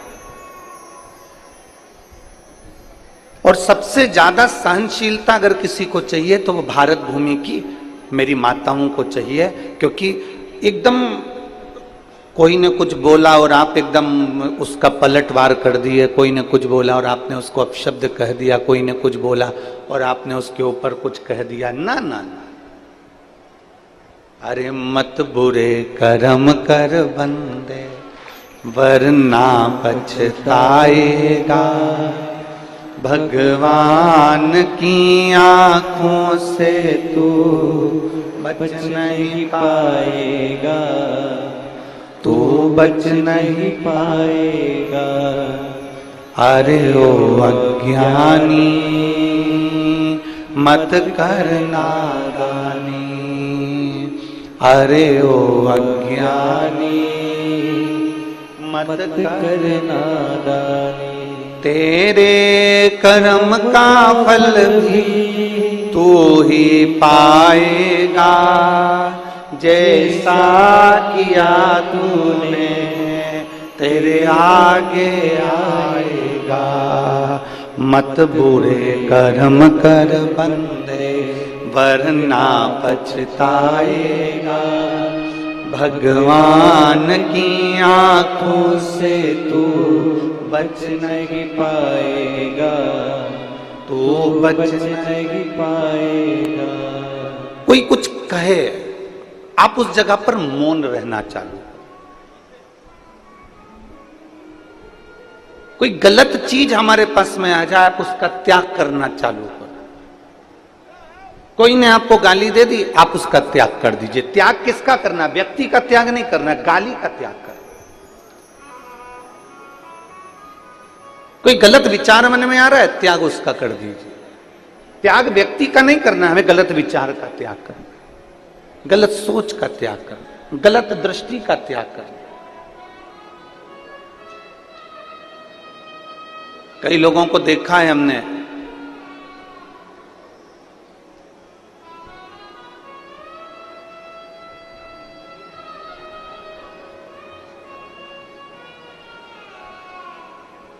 शुगर के डर से शक्कर खाना, बोलो जम के बोलो जरा, शक्कर खाना छोड़ देते हैं। कई लोगों को देखा है हमने, शुगर के डर से, जम के बोलो जरा, शक्कर खाना छोड़ देते हैं।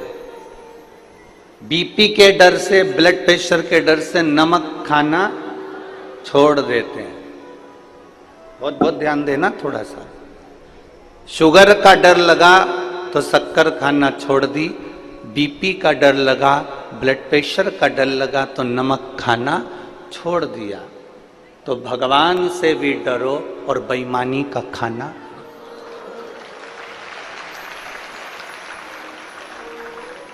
बेकार खाना छोड़ो। शुगर से डरे तो शक्कर खाना छोड़ी है, बीपी से डरे तो नमक खाना छोड़ा है। परमात्मा से थोड़ा सा डरिएगा और डर करिए। कोई गलत किसी ने कह दिया, हमें उस गलत बात को छोड़ देना। कोई गलत व्यसन आ गया, उस व्यसन को हमें छोड़ देना। गलत विचार आ गया, उस गलत विचार को हमें छोड़ देना। गलत कोई ने गाली दे दी, उस गाली को हमें, व्यक्ति को नहीं छोड़ना, उस गाली को छोड़ देना। मेरे भगवान कृष्ण को तो उनके बुआ के लड़के ही गाली बक रहे थे। मेरे भगवान कृष्ण को उनके बुआ के लड़के ही गाली बक रहे थे। इतनी गालियां दी गई, इतनी गाली दी गई, भगवान कृष्ण सुनते रहे। सुनते सुनते भगवान कृष्ण से कहा गया कि आपका बुआ का लड़का है, इसको तुम अब हटाओ यहां से, तुम्हारा संबंध खत्म कर दो, तुम्हारी रिश्तेदारी बंद कर दो। भगवान कृष्ण कहते रिश्तेदारी बंद नहीं करूंगा, गाली को दूर कर दूंगा। हम क्या करते हैं, किसी ने हमको गाली दी तो हमने उससे बोलना अरे जम के तो बोलो जरा, बोलना बंद कर दिया। सास ने गाली दी तो बहू ने तबेले जैसा मुंह बना लिया, भगोड़े जैसा मुंह बनाया, आज के बाद मैं सास से बात नहीं करूंगा। सास ने तुम्हारे बच्चे को डांट लगाई तो तुमने अपने बच्चे से कह दिया अब मत जाना दादी के पास में, आप दादी के पास जाने की जरूरत नहीं है, तेरी दादी अच्छी नहीं है, तुझे डांटती है ना, तुझे गुस्सा करती है ना, तुझे टॉफी नहीं दिलाती ना, तुझे आइसक्रीम नहीं दिलाती ना। बल्कि बहू को चाहिए कि बच्चे से कहे तेरी दादी बहुत अच्छी है। घर में अगर डांटेगी नहीं ना तो तू अच्छा नहीं बन पाएगा, इसलिए उसका डांटना जरूरी है। हम उसको गलत सीख दे रहे हैं, हम उसको गलत बात बता रहे हैं। किसी ने डांट दिया, हमने उससे मुंह बोलना बंद कर दिया। अरे यहां तक शंकर जी के मंदिर में जाऊं ना, बहुत सारी माताएं शिव जी के मंदिर में गई और शंकर जी को जल चढ़ा रही थी, तो किसी ने जम के ठेसा मार दिया ना एकदम टुल्ला जम के, तो लोग उससे भी बात करना बंद कर दे। कोई अपशब्द कह रहा है तो हमने बात करना बंद कर दी, कोई ने गाली दे दी तो हमने बात करना बंद कर दी, कोई ने आड़ा टेढ़ा बोल दिया तो हमने बात करना बंद कर दी, कोई ने कुछ कह दिया तो हमने बात करना बंद कर दी। शिव महापुराण की कथा कहती है बात करना कभी बंद मत करो। कोई कुछ भी बोले, आग लगे बस्ती में, अपन रहो मस्ती में। क्या किसको रोइए, चादर तान के सोइए। अपने को मतलब नहीं होना चाहिए, अपने को तो खुशी होना चाहिए, अच्छा है हमारे पाप निकल रहे हैं। कोई ने आपको गाली दे दी ना, समझ लेना आपके पाप निकल रहे हैं। कोई ने आपको अपशब्द कह दिया ना, समझ लेना आपके पाप धुल रहे हैं। कोई आपको आड़ा टेढ़ा बोल दिया ना, समझ लेना आपके पाप सब समाप्त हो रहे हैं।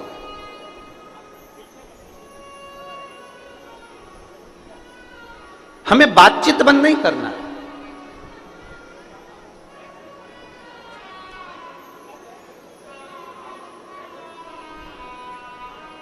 भगवान नारायण के चरणों में कौन बैठी रहती है? बोलते जाओ जरा, परतवाड़ा वालों, तुम्हारी आवाज यहां तक आना चाहिए। कौन बैठी है?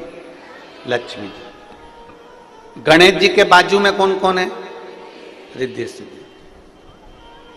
ब्रह्मा जी के बाजू में कौन है? ब्रह्मांड। इंद्र के बाजू में इंद्राणी। केवल एक शंकर भगवान की अर्धांगिनी माता पार्वती जी ऐसी हैं, शंकर जी के मंदिर में जाकर देखना कि दोनों आमने सामने बैठे हुए हैं, बाजू में नहीं है, आमने सामने। क्यों?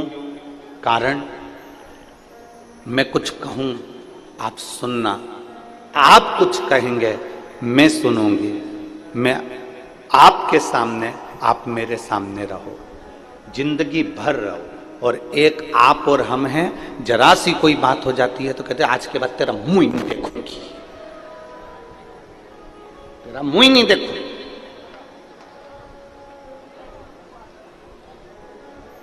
आज के बाद मेरे सामने आना मत, तेरा मुंह ना देखूं मैं। ना ना, शिव पार्वती की कथा कर रही है, कितना भी क्लेश हो जाए, कितना भी विवाद हो जाए, कितनी भी गलत बात हो जाए, तो भी अपनी बोलचाल बंद नहीं करना अपना।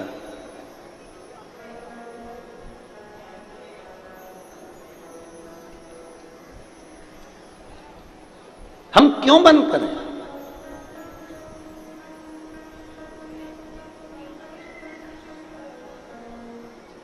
शिव जी को ज्यादा क्रोध आता था कि पार्वती जी को ज्यादा क्रोध आता था? अब दोनों का संतुलन करिए जरा।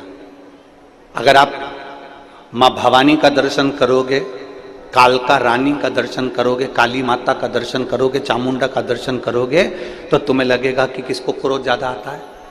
पार्वती जी को। और यदि आप भगवान शंकर का दर्शन करो, जिन्होंने अपनी जटा का बाल थोड़ा वीरभद्र को उत्पन्न करा और दक्ष प्रजापति की यज्ञ को विध्वंस कर दिया, जिन्होंने क्रोध में आकर कामदेव को भस्म कर दिया, अगर आप दर्शन करेंगे तो फिर आपको लगेगा कि शंकर को ज्यादा क्रोध आता है।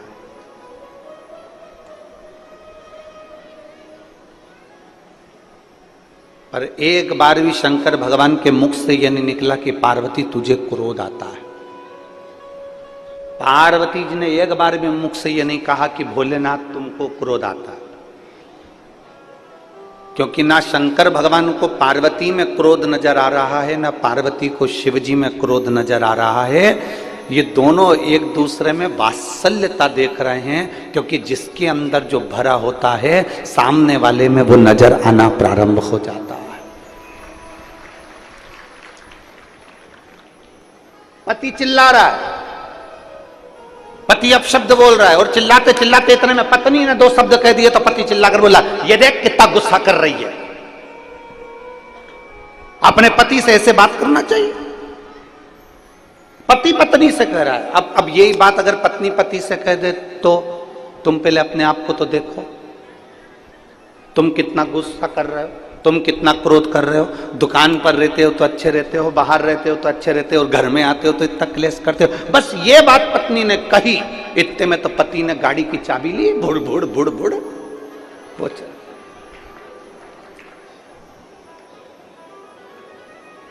फिर गलत किसने कहा? जरा विचार करिए, बच्चा जब छोटा रहता है तो हम कहते हैं कितना नटखट है। बोलो बोलो, जम के बोलो, एक बार बोल के बताओ, बच्चा कितना नटखट है।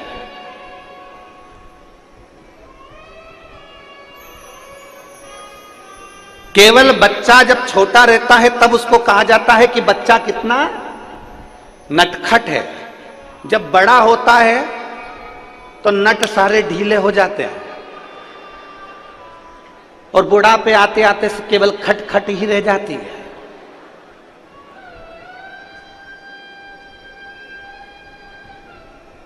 अब कोई बुढ़ापे में किसी बुढ़े व्यक्ति को 80 साल की अम्मा को कोई कह दे, अम्मा कितनी नटखट है,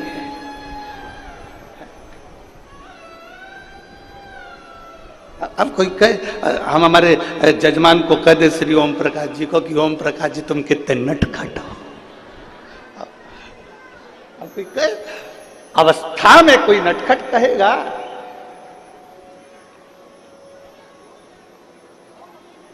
कौन कहेगा? हम क्या देख रहे हैं, हम क्या बोल रहे हैं? पति को क्रोध आया, उसने पत्नी से कह दिया तू गुस्सा करती है। पत्नी को क्रोध आया, उसने पति से कह दिया तू गुस्सा करती है। पर मेरे देव अधिदेव महादेव, मेरे शंकर, मेरे त्रिकालदर्शी, मेरे कैलाशी, मेरे अविनाशी, मेरे शंभु कभी पार्वती से नहीं कहते कि तू क्रोध करती है, क्योंकि शंकर को मालूम है जब दुष्टों का संहार करना है तो पार्वती का क्रोध करना जरूरी है।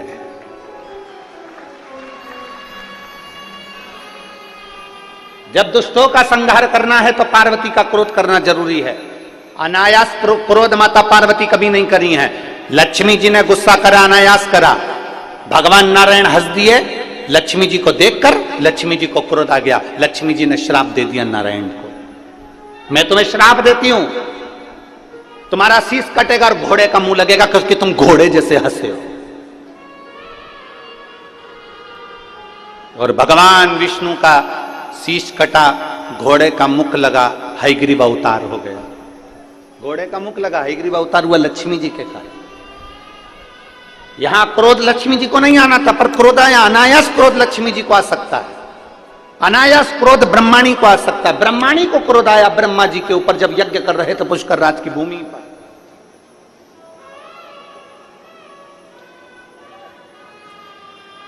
ब्रह्माणी को क्रोध आया जब पुष्कर राज की भूमि पर यज्ञ कर रहे थे, और ब्रह्माणी के आने में देरी हो गई। जब ब्रह्माणी नहीं आई तब उस समय पर ब्राह्मणों ने गौ माता के मुख से गायत्री को प्रकट कर लिया, और प्रकट कर कर फिर वो यज्ञ में जो बिठाया। बिठाने के बाद में स्वयं ब्रह्माणी देवी आ गई और कह दिया, मेरा अपमान कर दिया, मेरी जगह पर तुमने दूसरी नारी को बिठाया। कहीं पर तुम्हारी पूजन नहीं होगी, कहीं मंदिर नहीं होंगे। अगर मंदिर होगा तो केवल एक पुष्कर राज में होगा, केवल एक पुष्कर राज।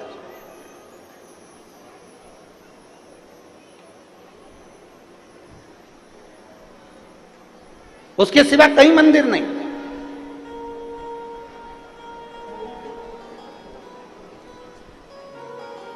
और किसी स्थान पर तुम्हारा मंदिर नहीं होगा। जब ब्रह्माणी ने श्राप दिया तो ब्रह्मदेव कहते, ब्रह्माणी तुम क्या बोल रही हो? ब्रह्माणी कहती है, सुनो ब्रह्मदेव, सारे यज्ञ से बड़ा, सारे दान से बड़ा, सारे पुण्य से बड़ा एक पुण्य होता है, और वो कन्यादान होता है।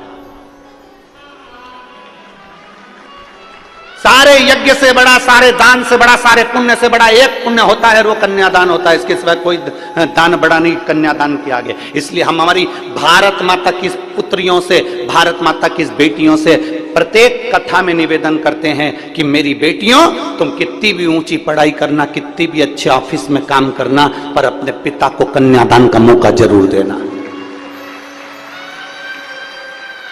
हम हमारी बेटियों से कहते हैं कि आप कितने भी अच्छे पढ़ लो, अच्छे ऊंचे से ऊंचे स्कूल में पढ़ो, ऊंचे से ऊंचे कॉलेज में पढ़ो, अच्छी एजुकेशन आप धारण करिए, खूब अच्छे अच्छे अहदे पर, पद पर मेरी बेटियां बैठे, पर इतना याद रखना अपने पिता को कन्यादान का मौका जरूर देना। जरा सी चाउमीन के चक्कर में और 10 रुपए के पेट्रोल और डीजल के चक्कर में और भुड़ भुड़ के चक्कर में, किसी एरे गिरे नत्थु खेरे के चक्कर में मत जाना। अपने माता पिता को कन्यादान का मौका जरूर देना। ब्रह्माणी ने ब्रह्मदेव से कहा सबसे बड़ा दान कन्यादान होता है, सबसे बड़ा यज्ञ कन्या का विवाह होता है, सबसे बड़ा दान पुण्य अगर माना गया है तो कन्या का दान माना गया है। इसलिए आप जब इस पृथ्वी पर कन्यादान कर लोगे तब ब्रह्मदेव आपका मंदिर इस पुष्कर राज की धरा पर पूजनीय हो जाएगा, उस मंदिर का आनंद हो जाएगा। तब ब्रह्मदेव सतयुग त्रेता सब निकलता चले गया, द्वापर आ गया और ब्रह्मदेव ने विचार करा अब मैं किसका कन्यादान करूं। तब देव ऋषि नारद ने कहा, उसी पल उसी घड़ी देव ऋषि नारद ने कहा कि भगवान कृष्ण का प्रागट्य हुआ है और भगवान कृष्ण का प्रागट्य हुआ है और बरसाने की राधा रानी के साथ में बाल्यावस्था में जिस विवाह को कोई नहीं जानता, केवल एक ब्रह्मदेव जानते हैं, केवल एक नारद जी जानते हैं, केवल एक राधा जानती है और एक केवल एक कृष्ण जानते हैं। बाल्यावस्था में भगवान ब्रह्मदेव ने नारद जी की साक्षी में भांडिर वन में बैठकर राधा जी का कन्यादान कर दिया। तब जाके ब्रह्मदेव का पूजन पुष्कर राज की धरा पर प्रारंभ हो गया। तब जाकर सहजता नहीं है महाराज, उसको समझना। इस विवाह को केवल ब्रह्मदेव जानते हैं, इस विवाह को केवल नारद जी जानते हैं, इस विवाह को केवल अगर जानते हैं तो राधा और कृष्ण जानते हैं, इसके सिवा वो विवाह कोई नहीं जानता। वो गोपनीय विवाह जो भांडिर वन में किया गया। लक्ष्मी जी ने क्रोध करा भगवान नारायण को, घोड़े का मुख लगा। ब्रह्माणी ने क्रोध करा ब्रह्मदेव को, स्वयं पुष्कर राज में केवल पूजे गए, बाकी के कहीं नहीं पूजे गए। तो यहां मेरी पार्वती मैया अनायास क्रोध नहीं करती, मेरी पार्वती मैया हर कभी क्रोध नहीं करती।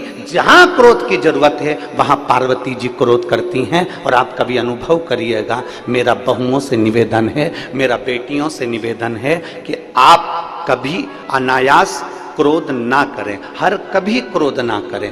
क्रोध का भी एक समय होता, क्रोध पर थोड़ा सा कंट्रोल होना चाहिए। क्या होना चाहिए? जम के बोलो जरा, कंट्रोल। बेडरूम होता है घर में, बोलो जम के बोलो। ओ मेरी परतवाड़ा की जीजी बोलो, घर में बेडरूम होता है, जम के तो बोलो। ड्राइंग रूम होता है, वॉशरूम होता है, ठीक है। तो फिर घर में एक रूम कंट्रोल रूम भी होना चाहिए।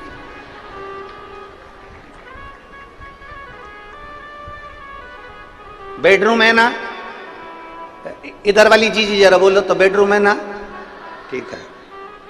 ड्राइंग रूम है ना, ओ जी हो है ना, वॉशरूम है ना, तो फिर कंट्रोल रूम भी हो। जैसे गुस्सा आए उस रूम में जाकर बैठ जाओ, अपने आप को कंट्रोल करना प्रारंभ करिए।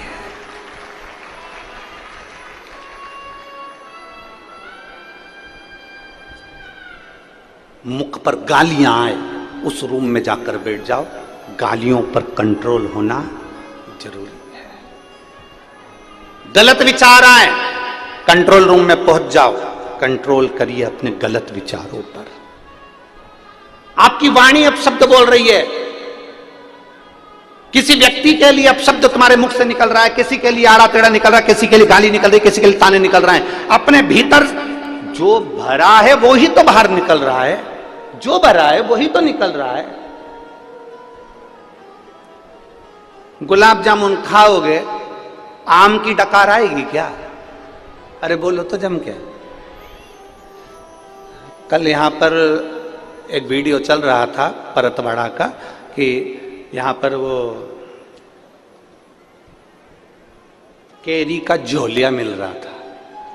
क्या बोलते हैं इधर महाराष्ट्र में, केरी का पना, यहीं कहीं मिल रहा था वो, उसका वीडियो बहुत चल रहा है। ठीक है, अब केरी का पना लोग बांट रहे थे, केरी का पना निःशुल्क सबको दे रहे थे, गिलास भर भर के लोग पी रहे थे।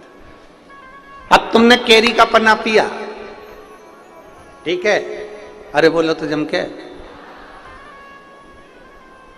अब केली का पन्ना पीने के बाद में जलेबी की डकार आएगी क्या? काय की डकार आएगी? केरी के पन्ने की। जो अंदर भरा है डकार भी तो उसी की आएगी। अंदर अगर विकार भरे हैं तो विकार की डकार आएगी, गालियां भरी है तो गालियां ही डकार में निकलेगी, अपशब्द भरा है तो अपशब्द निकलेगा, घृणा भरी है घृणा निकलेगी। तुम्हारे अंदर जो भरा होगा जब तुम बोलोगे तुम्हारे अंदर से वही निकलेगा जो तुम्हारे अंदर कूट कूट कर जो घृणा नफरत अपशब्द भरा पड़ा है वो निकलेगा, बाहर निकलेगा।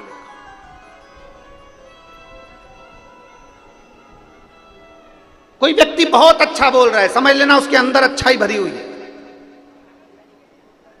कोई व्यक्ति बहुत अच्छी व्यवहार कर रहा है, समझ लो उसके अंदर व्यवहार अच्छा भरा हुआ।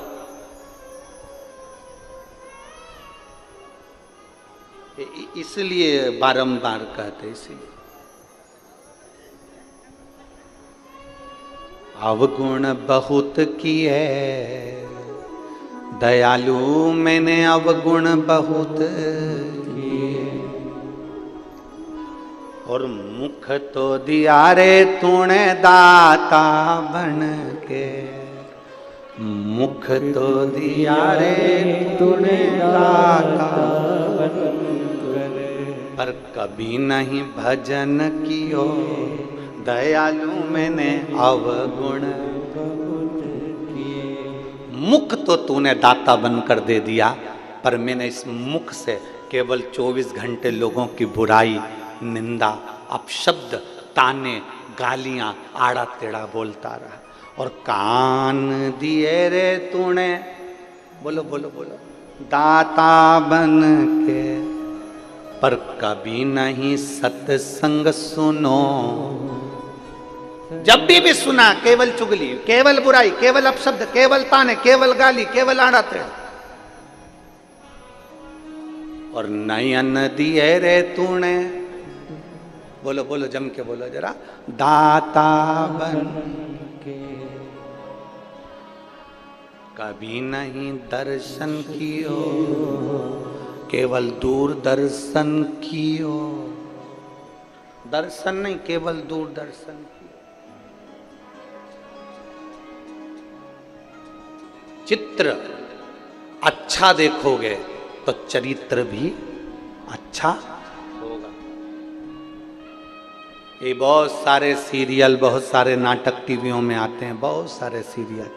एक लड़की ने शादी कर ली, एक जगह से उसने थोड़ा बहुत धन दौलत लेकर छुटकारा कर लिया, दूसरी जगह शादी कर ली, फिर उसने तलाक कर लिया, तीसरा पति मिला, उसने भी उसको अपशब्द किया, उसने उसको भी छोड़ दिया, चौथा पति विदेश में ढूंढा, उससे शादी कर ली, उसके साथ जाने की तैयारी कर ली। वहीं पे बेटा बेटी सब नाटक देख रहे थे। उन्होंने सोचा ऐसा होता है, पर नाटक में वो हो सकता है, पर ओरिजिनलिटी में तो बेटी केवल एक के घर ब्याह कर जाए और वहां अच्छे से रहे, ये माँ बाप की आशा रहती है,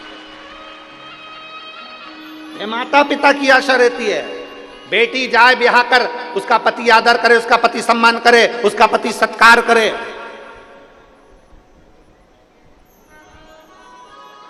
ये हर माता पिता का एक मन का भाव होता है, प्रत्येक माता पिता का।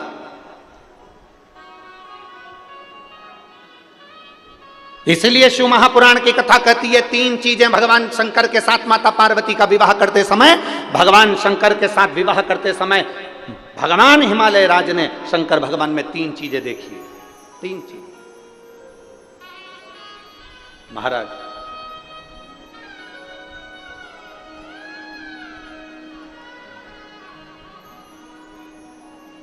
पार्वती जी के पिता हिमालय राज ने शंकर जी के साथ विवाह करते समय 3 चीजें देखी। प्रत्येक घर के पिता को अपनी बेटी की शादी करते समय 3 चीजें देखना चाहिए। पहला, संपत्ति मत देखना, कुल देखना, अच्छा कुल है कि नहीं, इसके घर में कहीं लड़कियों के साथ, बहुओं के साथ अत्याचार तो नहीं हो रहा है, इसके घर में बेटियों के साथ में अपशब्द तो नहीं बोले जा रहे। हिमालय राज ने पार्वती जी का विवाह करते समय 3 चीजें देखी थी। प्रत्येक घर का पिता बेटी की शादी करते समय 3 चीजें देखे। संपत्ति मत देखना, तुम्हारी बेटी के भाग्य में संपत्ति होगी तो वो ढेरों की संपत्ति बनवा देगी, और अगर भाग्य में नहीं होगी तो पेट्रोल पंप भी बिगवा देगी। उसका क्या?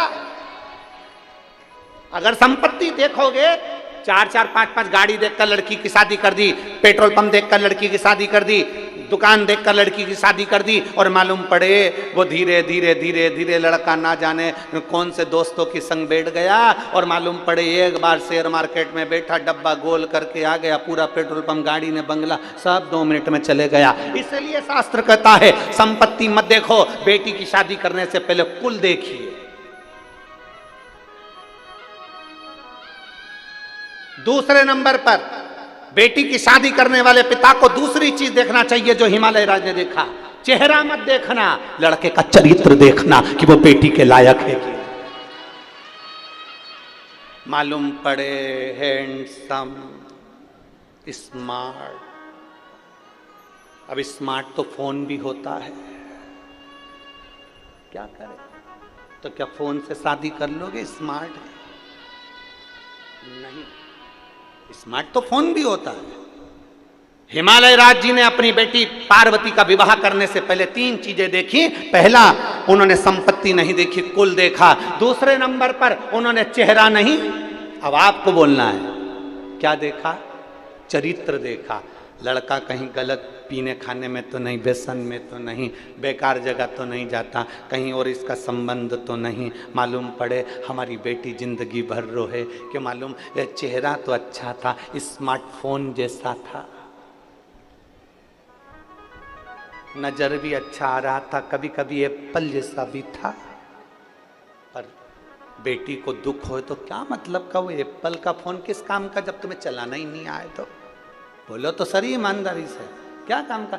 गांव का कोई व्यक्ति बेचारा फसल का काम करे ना, जो जमीन में खेती बाड़ी करे, उस व्यक्ति को कोई बहुत बड़ा एप्पल का फोन दे देनी तो वो तो जाके कह दे छोरा से मेरे को नहीं चाहिए, मेरे से चले ही नहीं, मारे तो कीपैड ला के दे दे, छोटा सा नंबर दबाऊं और बात हो जाए और बाद में बात खत्म। मेरे से तो बस इतना सा चले। अभी भी यहाँ पर कई माताएं ऐसी बैठी है, कई माताएं बैठी है जिसको बड़ा बड़ा फोन चलाना नहीं आता, तो छोटा सा फोन से काम चला ले। भले उसका लड़का 10,000 20,000 का चला है, पर वो तो वो 500-700 का चला ले। बोलते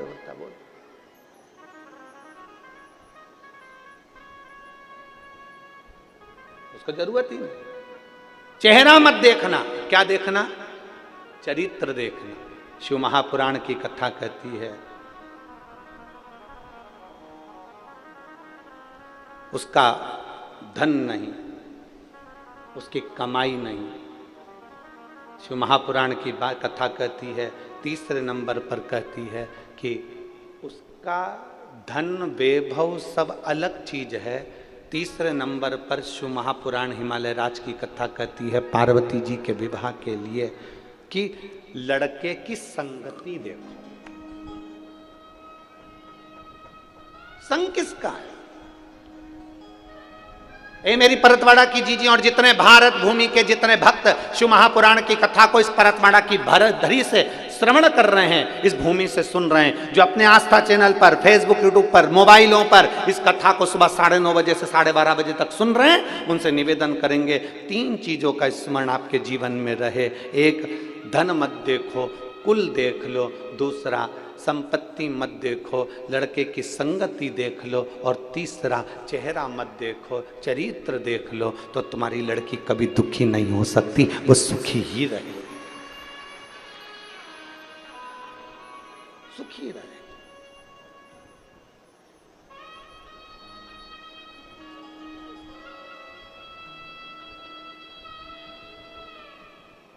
इसलिए शिव के सिवा कहीं दिल ना लगा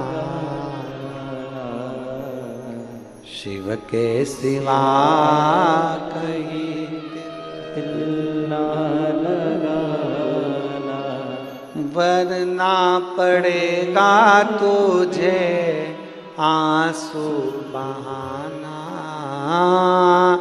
वरना पड़ेगा तुझे आंसू बहाना, शिव के सिवा कहीं दिल ना लगाना। अपने चित्त को, अपनी वृत्ति को, अपने मन को कहीं दूसरी जगह लेकर नहीं, अपने मन को भटकाना नहीं है, अपने मन को भ्रांतियों में नहीं लेके जाना, अपने मन को भ्रम में लेकर नहीं जाना। कोई गलत बोल रहा है, उसके अंदर गलत भरा होगा इसलिए गलत बोला उसने। कोई आपको अपशब्द कह रहा है, उसके अंदर ईर्ष्या भरी होगी इसलिए कोई अपशब्द कह रहा है आपसे। एक उंगली किसी पर उठाई है, कितनी उंगली? ये ऐसा है जब एक उंगली हम किसी पर उठाते हैं तो ये 3 उंगलियां हमारी ओर जाती है कि तू अपने अंदर झांक कर देख कि तू क्या है। एक उंगली किसी पर उठाई है तो ये 3 उंगलियां बता रही है कि अपने खुद के अंदर झांको कि तुम क्या हो।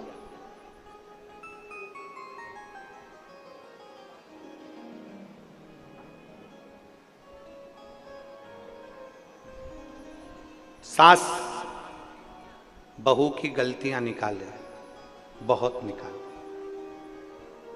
खूब निकाले। ईमानदारी से बोलना, सास अगर बहू की गलती निकालती रहे और अपनी पड़ोसन उनको, अड़ोसन उनको, रिश्तेदारों को, ननन को, जेवानी को, जेठानी को, सबको गलतियां बताती रहे, एक दिन ऐसा आएगा कि पूरे मोहल्ले के लोग कहेंगे बहू ऐसी नहीं है, सास गलतियां निकालती है तो सास ही गलत। बहू दिन भर सास की गलतियां निकालती रहे, जब मायके जाए तब गलती, जब जाए तब गलती, बहन आए तो गलती बताए, कोई आए तो गलती, पति को गलती बताए, तो एक दिन ऐसा आता है कि लोग भी समझ जाते हैं सास गलत नहीं, गलत ये है। आप एक उंगली किसी पर उठाइए, उसमें से गलतियां छांटना प्रारंभ करिए। एक उंगली किसी पर उठाइए, ये 3 उंगलियां आपकी ओर जाकर बताती है कि तुम अंदर से क्या हो, तुम्हारे भीतर भरा क्या है, तुम कैसे हो। ये 3 उंगलियां बताती है कि तुम्हारे अंदर कितना क्या भरा पड़ा है। शिव पुराण कहती है ना सास बुरी होती है ना बहू बुरी होती है, कुछ समय का चक्र होता है जो बुरा होता है, उसको टल जाने दो, दोनों में एक दिन प्रेम जरूर बढ़ेगा। एक लड़की की शादी हुई, लड़के से उसका विवाद हो गया, मायके चली गई, मायके वालों ने कह दिया मत जाना, तू हमारे पास रह। शिव महापुराण की कथा कहती है थोड़ा टल जाने दो, इस संवाद को थोड़ा टल जाने दो। लड़का लड़की में विवाद हुआ है ना, थोड़ा समझाओ, कोई बात नहीं बेटा, चल हम बैठते हैं, बात करो, अच्छे से रहो, दोनों अच्छे से रहो, प्रेम से रहो। विवाद हुआ है, अभी नए नए जुड़े हुए, 1 साल हुआ शादी का, 2 साल हुआ, 3 साल हुआ, थोड़ा समय लगेगा, कम से कम 5-6 साल इंतजार करो, इसके बाद निर्णय पर पहुंचना। इतनी जल्दी निर्णय मत ले कि मुझे अब इसके साथ रहना ही नहीं। बहुत समय तुम मायके में रह रही है, जा ससुराल में ले। हो सकता है बेटी को समझाओ, तू एक बार विवाद कर कर आ गई, मान लो तेरे को ऐसा पति मिला और तूने तलाक भी ले लिया, तो हो सकता है तो दूसरी शादी करे और वो भी ऐसा ही निकल गया, तो क्या जवाब था। थोड़ा समझाओ, थोड़ा समझाने का प्रयास करिए, थोड़ा कहने का प्रयास करिए। हाँ, जब बेटी के लायक लड़का ना हो और तुम्हें लगे कि ये बेटी के लायक नहीं, सही में हाथ उठाता, मारता, ठोकता, गाली देता, अपशब्द कहता, इज्जत नहीं करता, सम्मान नहीं करता। कितनी बड़ी बात, एक बुजुर्ग व्यक्ति मरते मरते 4 बातें अपने लड़के को कहकर चले गए।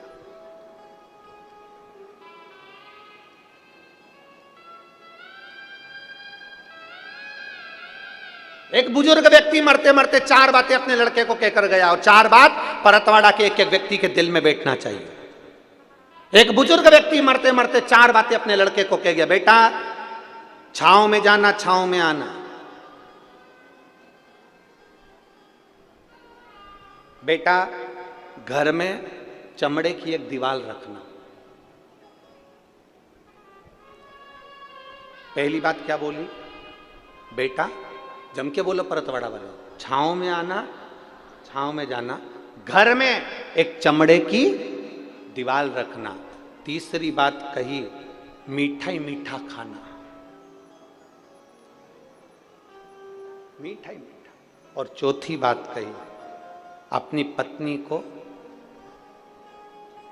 डांटना है तो बांध के डांटना, अपनी पत्नी को डांटना है तो बांध कर डांटना। ये चार बातें बुजुर्ग कहकर चले गया। लड़के ने अमल करना प्रारंभ कर दिया। छांव छांव जाओ, छांव छांव आओ। तो लड़के ने क्या करा, अपनी दुकान तक, अपने घर से लेकर दुकान तक टेंट लगवा दिया। छांव में जाता, छांव में आता।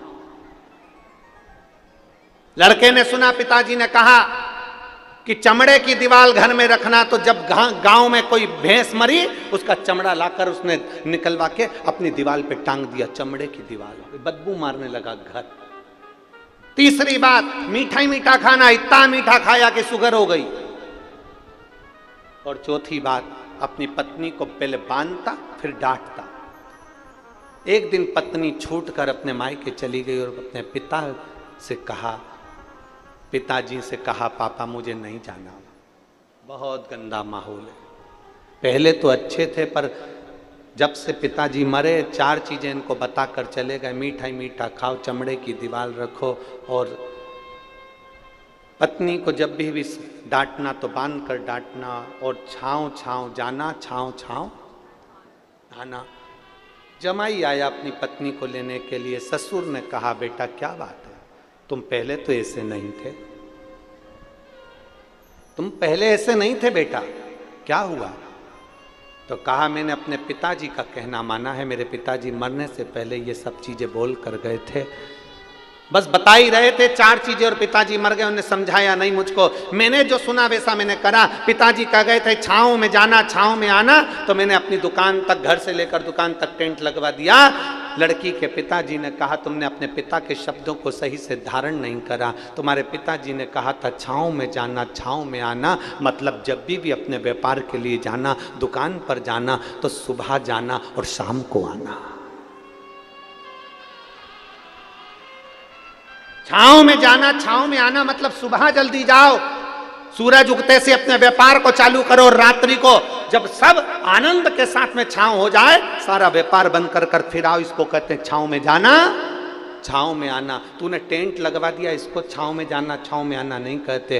फिर कहा, मेरे पिताजी ने कहा था मीठा ही मीठा खाना, अर्थात तेरे पिताजी ने कहा था हमेशा ईमानदारी की खाना, कभी गलत मत खाना, नमक मत खाना, मीठा खाना, अपनी इज्जत से खाना। और जब ईमानदारी का कोई खाता है तो वो मीठा ही कहलाता है, भले लड्डू ना खाए, पर वो ईमानदारी की मिठाई ही होती है। मेरे पिताजी ने कहा था चमड़े की दीवार घर में जरूर रखना। तेरे पिताजी ने कहा था कोई एक व्यक्ति घर में ऐसा रखना जो तुझे सतमार्ग बताता रहे, तेरी इज्जत कराता रहे और तुझे सम्मान के शब्द बोलता रहे। चमड़े की दीवार मतलब वो व्यक्ति जो तुमको उन्नति की सीढ़ी पर लेकर जाए। चमड़े की दीवार से मतलब है वो व्यक्ति जो चमड़े का शरीर है जिसका, और तुम्हें ज्ञान उपदेश दे, तुम्हें समझाए, तुम्हें अग्रण्य लेकर जाए, वो चमड़े की दीवार के बराबर होता है। घर में एक चमड़े की दीवार रखना मतलब एक मित्र, एक परिवार का सदस्य ऐसा रखना जो तुम्हें सतमार्ग बताए, वो चमड़े की दीवार है।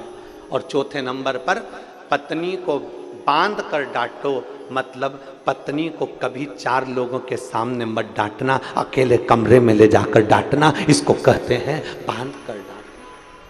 तू अपनी पत्नी की इज्जत क्यों गिरा रहा है? चार दोस्तों के सामने पत्नी को अपशब्द कह दिया, रिश्तेदार आए तो उनके सामने अपशब्द कह दिया, नंदे आई तो उनके सामने अपशब्द कह दिया, नंदोई आए तो उनके सामने अपशब्द कह दिया, छोटे कई देवरानी खड़ी रहती है और पति आया और अपनी पत्नी को डांट दिया। चार देवरानी के सामने उस जेठानी की क्या इज्जत होगी, उसका सम्मान क्या होगा? चार दोस्तों की पत्नी के सामने आए और डांट दिया, उन चार दोस्तों की पत्नी के सामने पत्नी की इज्जत क्या होगी? इसलिए उस ससुर ने, उस पिता ने कहा था कि पहले बांधना फिर डांटना, अर्थात अपनी पत्नी को कहीं चार लोगों के सामने कुछ मत कहना, कहना तो कमरे में ले जाकर कहना। बस इतनी सी बात थी। उस व्यक्ति ने चरण पकड़ लिए, ससुर जी मैंने अपने पिता के शब्द को गलत सोच लिया था, मैंने अपने पिता के शब्द को गलत सोच लिया था।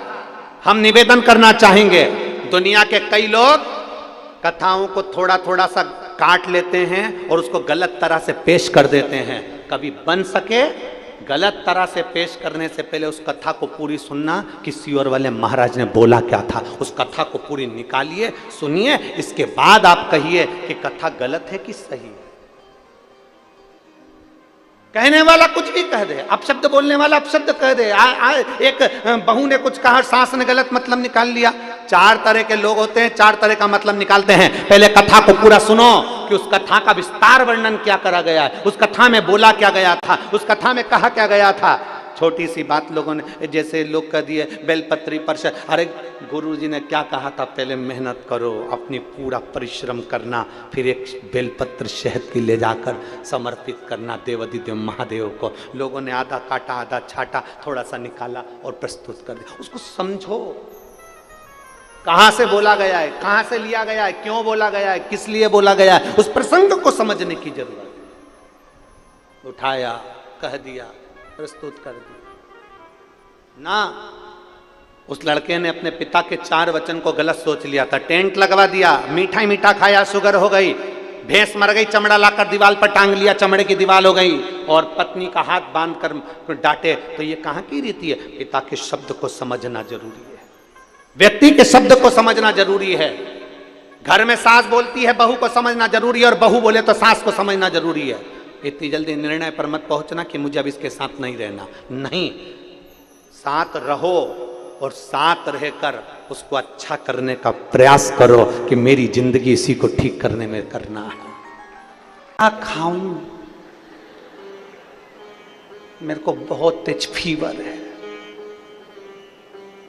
पेट दुख रहा है, तो भी डॉक्टर से पूछ रही है, मेरा पेट 3 दिन से बहुत मरोड़ खा रहा है। डॉक्टर बोले ये दवाई खाओ, ये चीज खाओ। इसके बाद फिर पूछा खाने में क्या खाओ।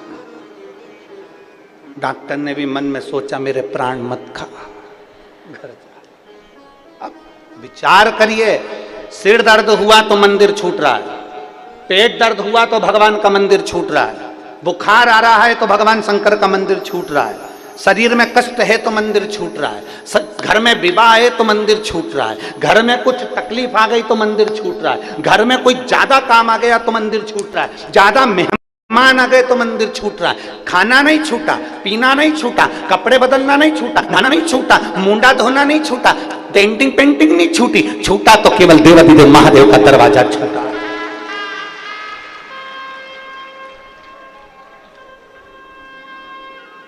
आज बहुत सारे मेहमान आए, आज मैं मंदिर नहीं जाऊंगी, तो इतने सारे मेहमान आए तो मुंडा भी मत दो। फिर सबसे पहले मेहमान आए तो ऊपर कमरे में गई और 4 बार दर्पण में देखी, आंख फाड़ फाड़ के, अच्छा बढ़िया दिख रही। और उसके बाद मुंडा धोने के बाद में ना जाने कौन कौन से 3-4 क्रीम थे, वो सब लगा लू के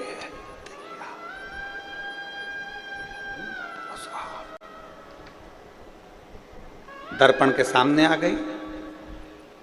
पति से कहती उठो, जल्दी आओ इधर, जल्दी आओ। पति ने बोला क्या हो गया? मेहमान आए।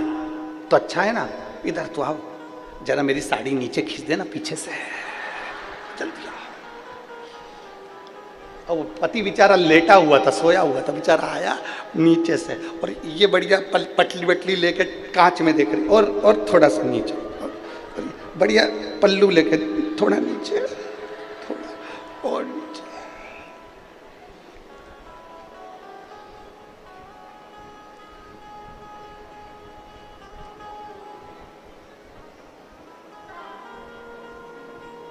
पहले होती थी पत्नी, अब हो गई मैडम। पति को दिन भर डम डम, अब क्या कर, जरा खींचना। पति भी बेचारा क्या बोले, बोले तो क्या।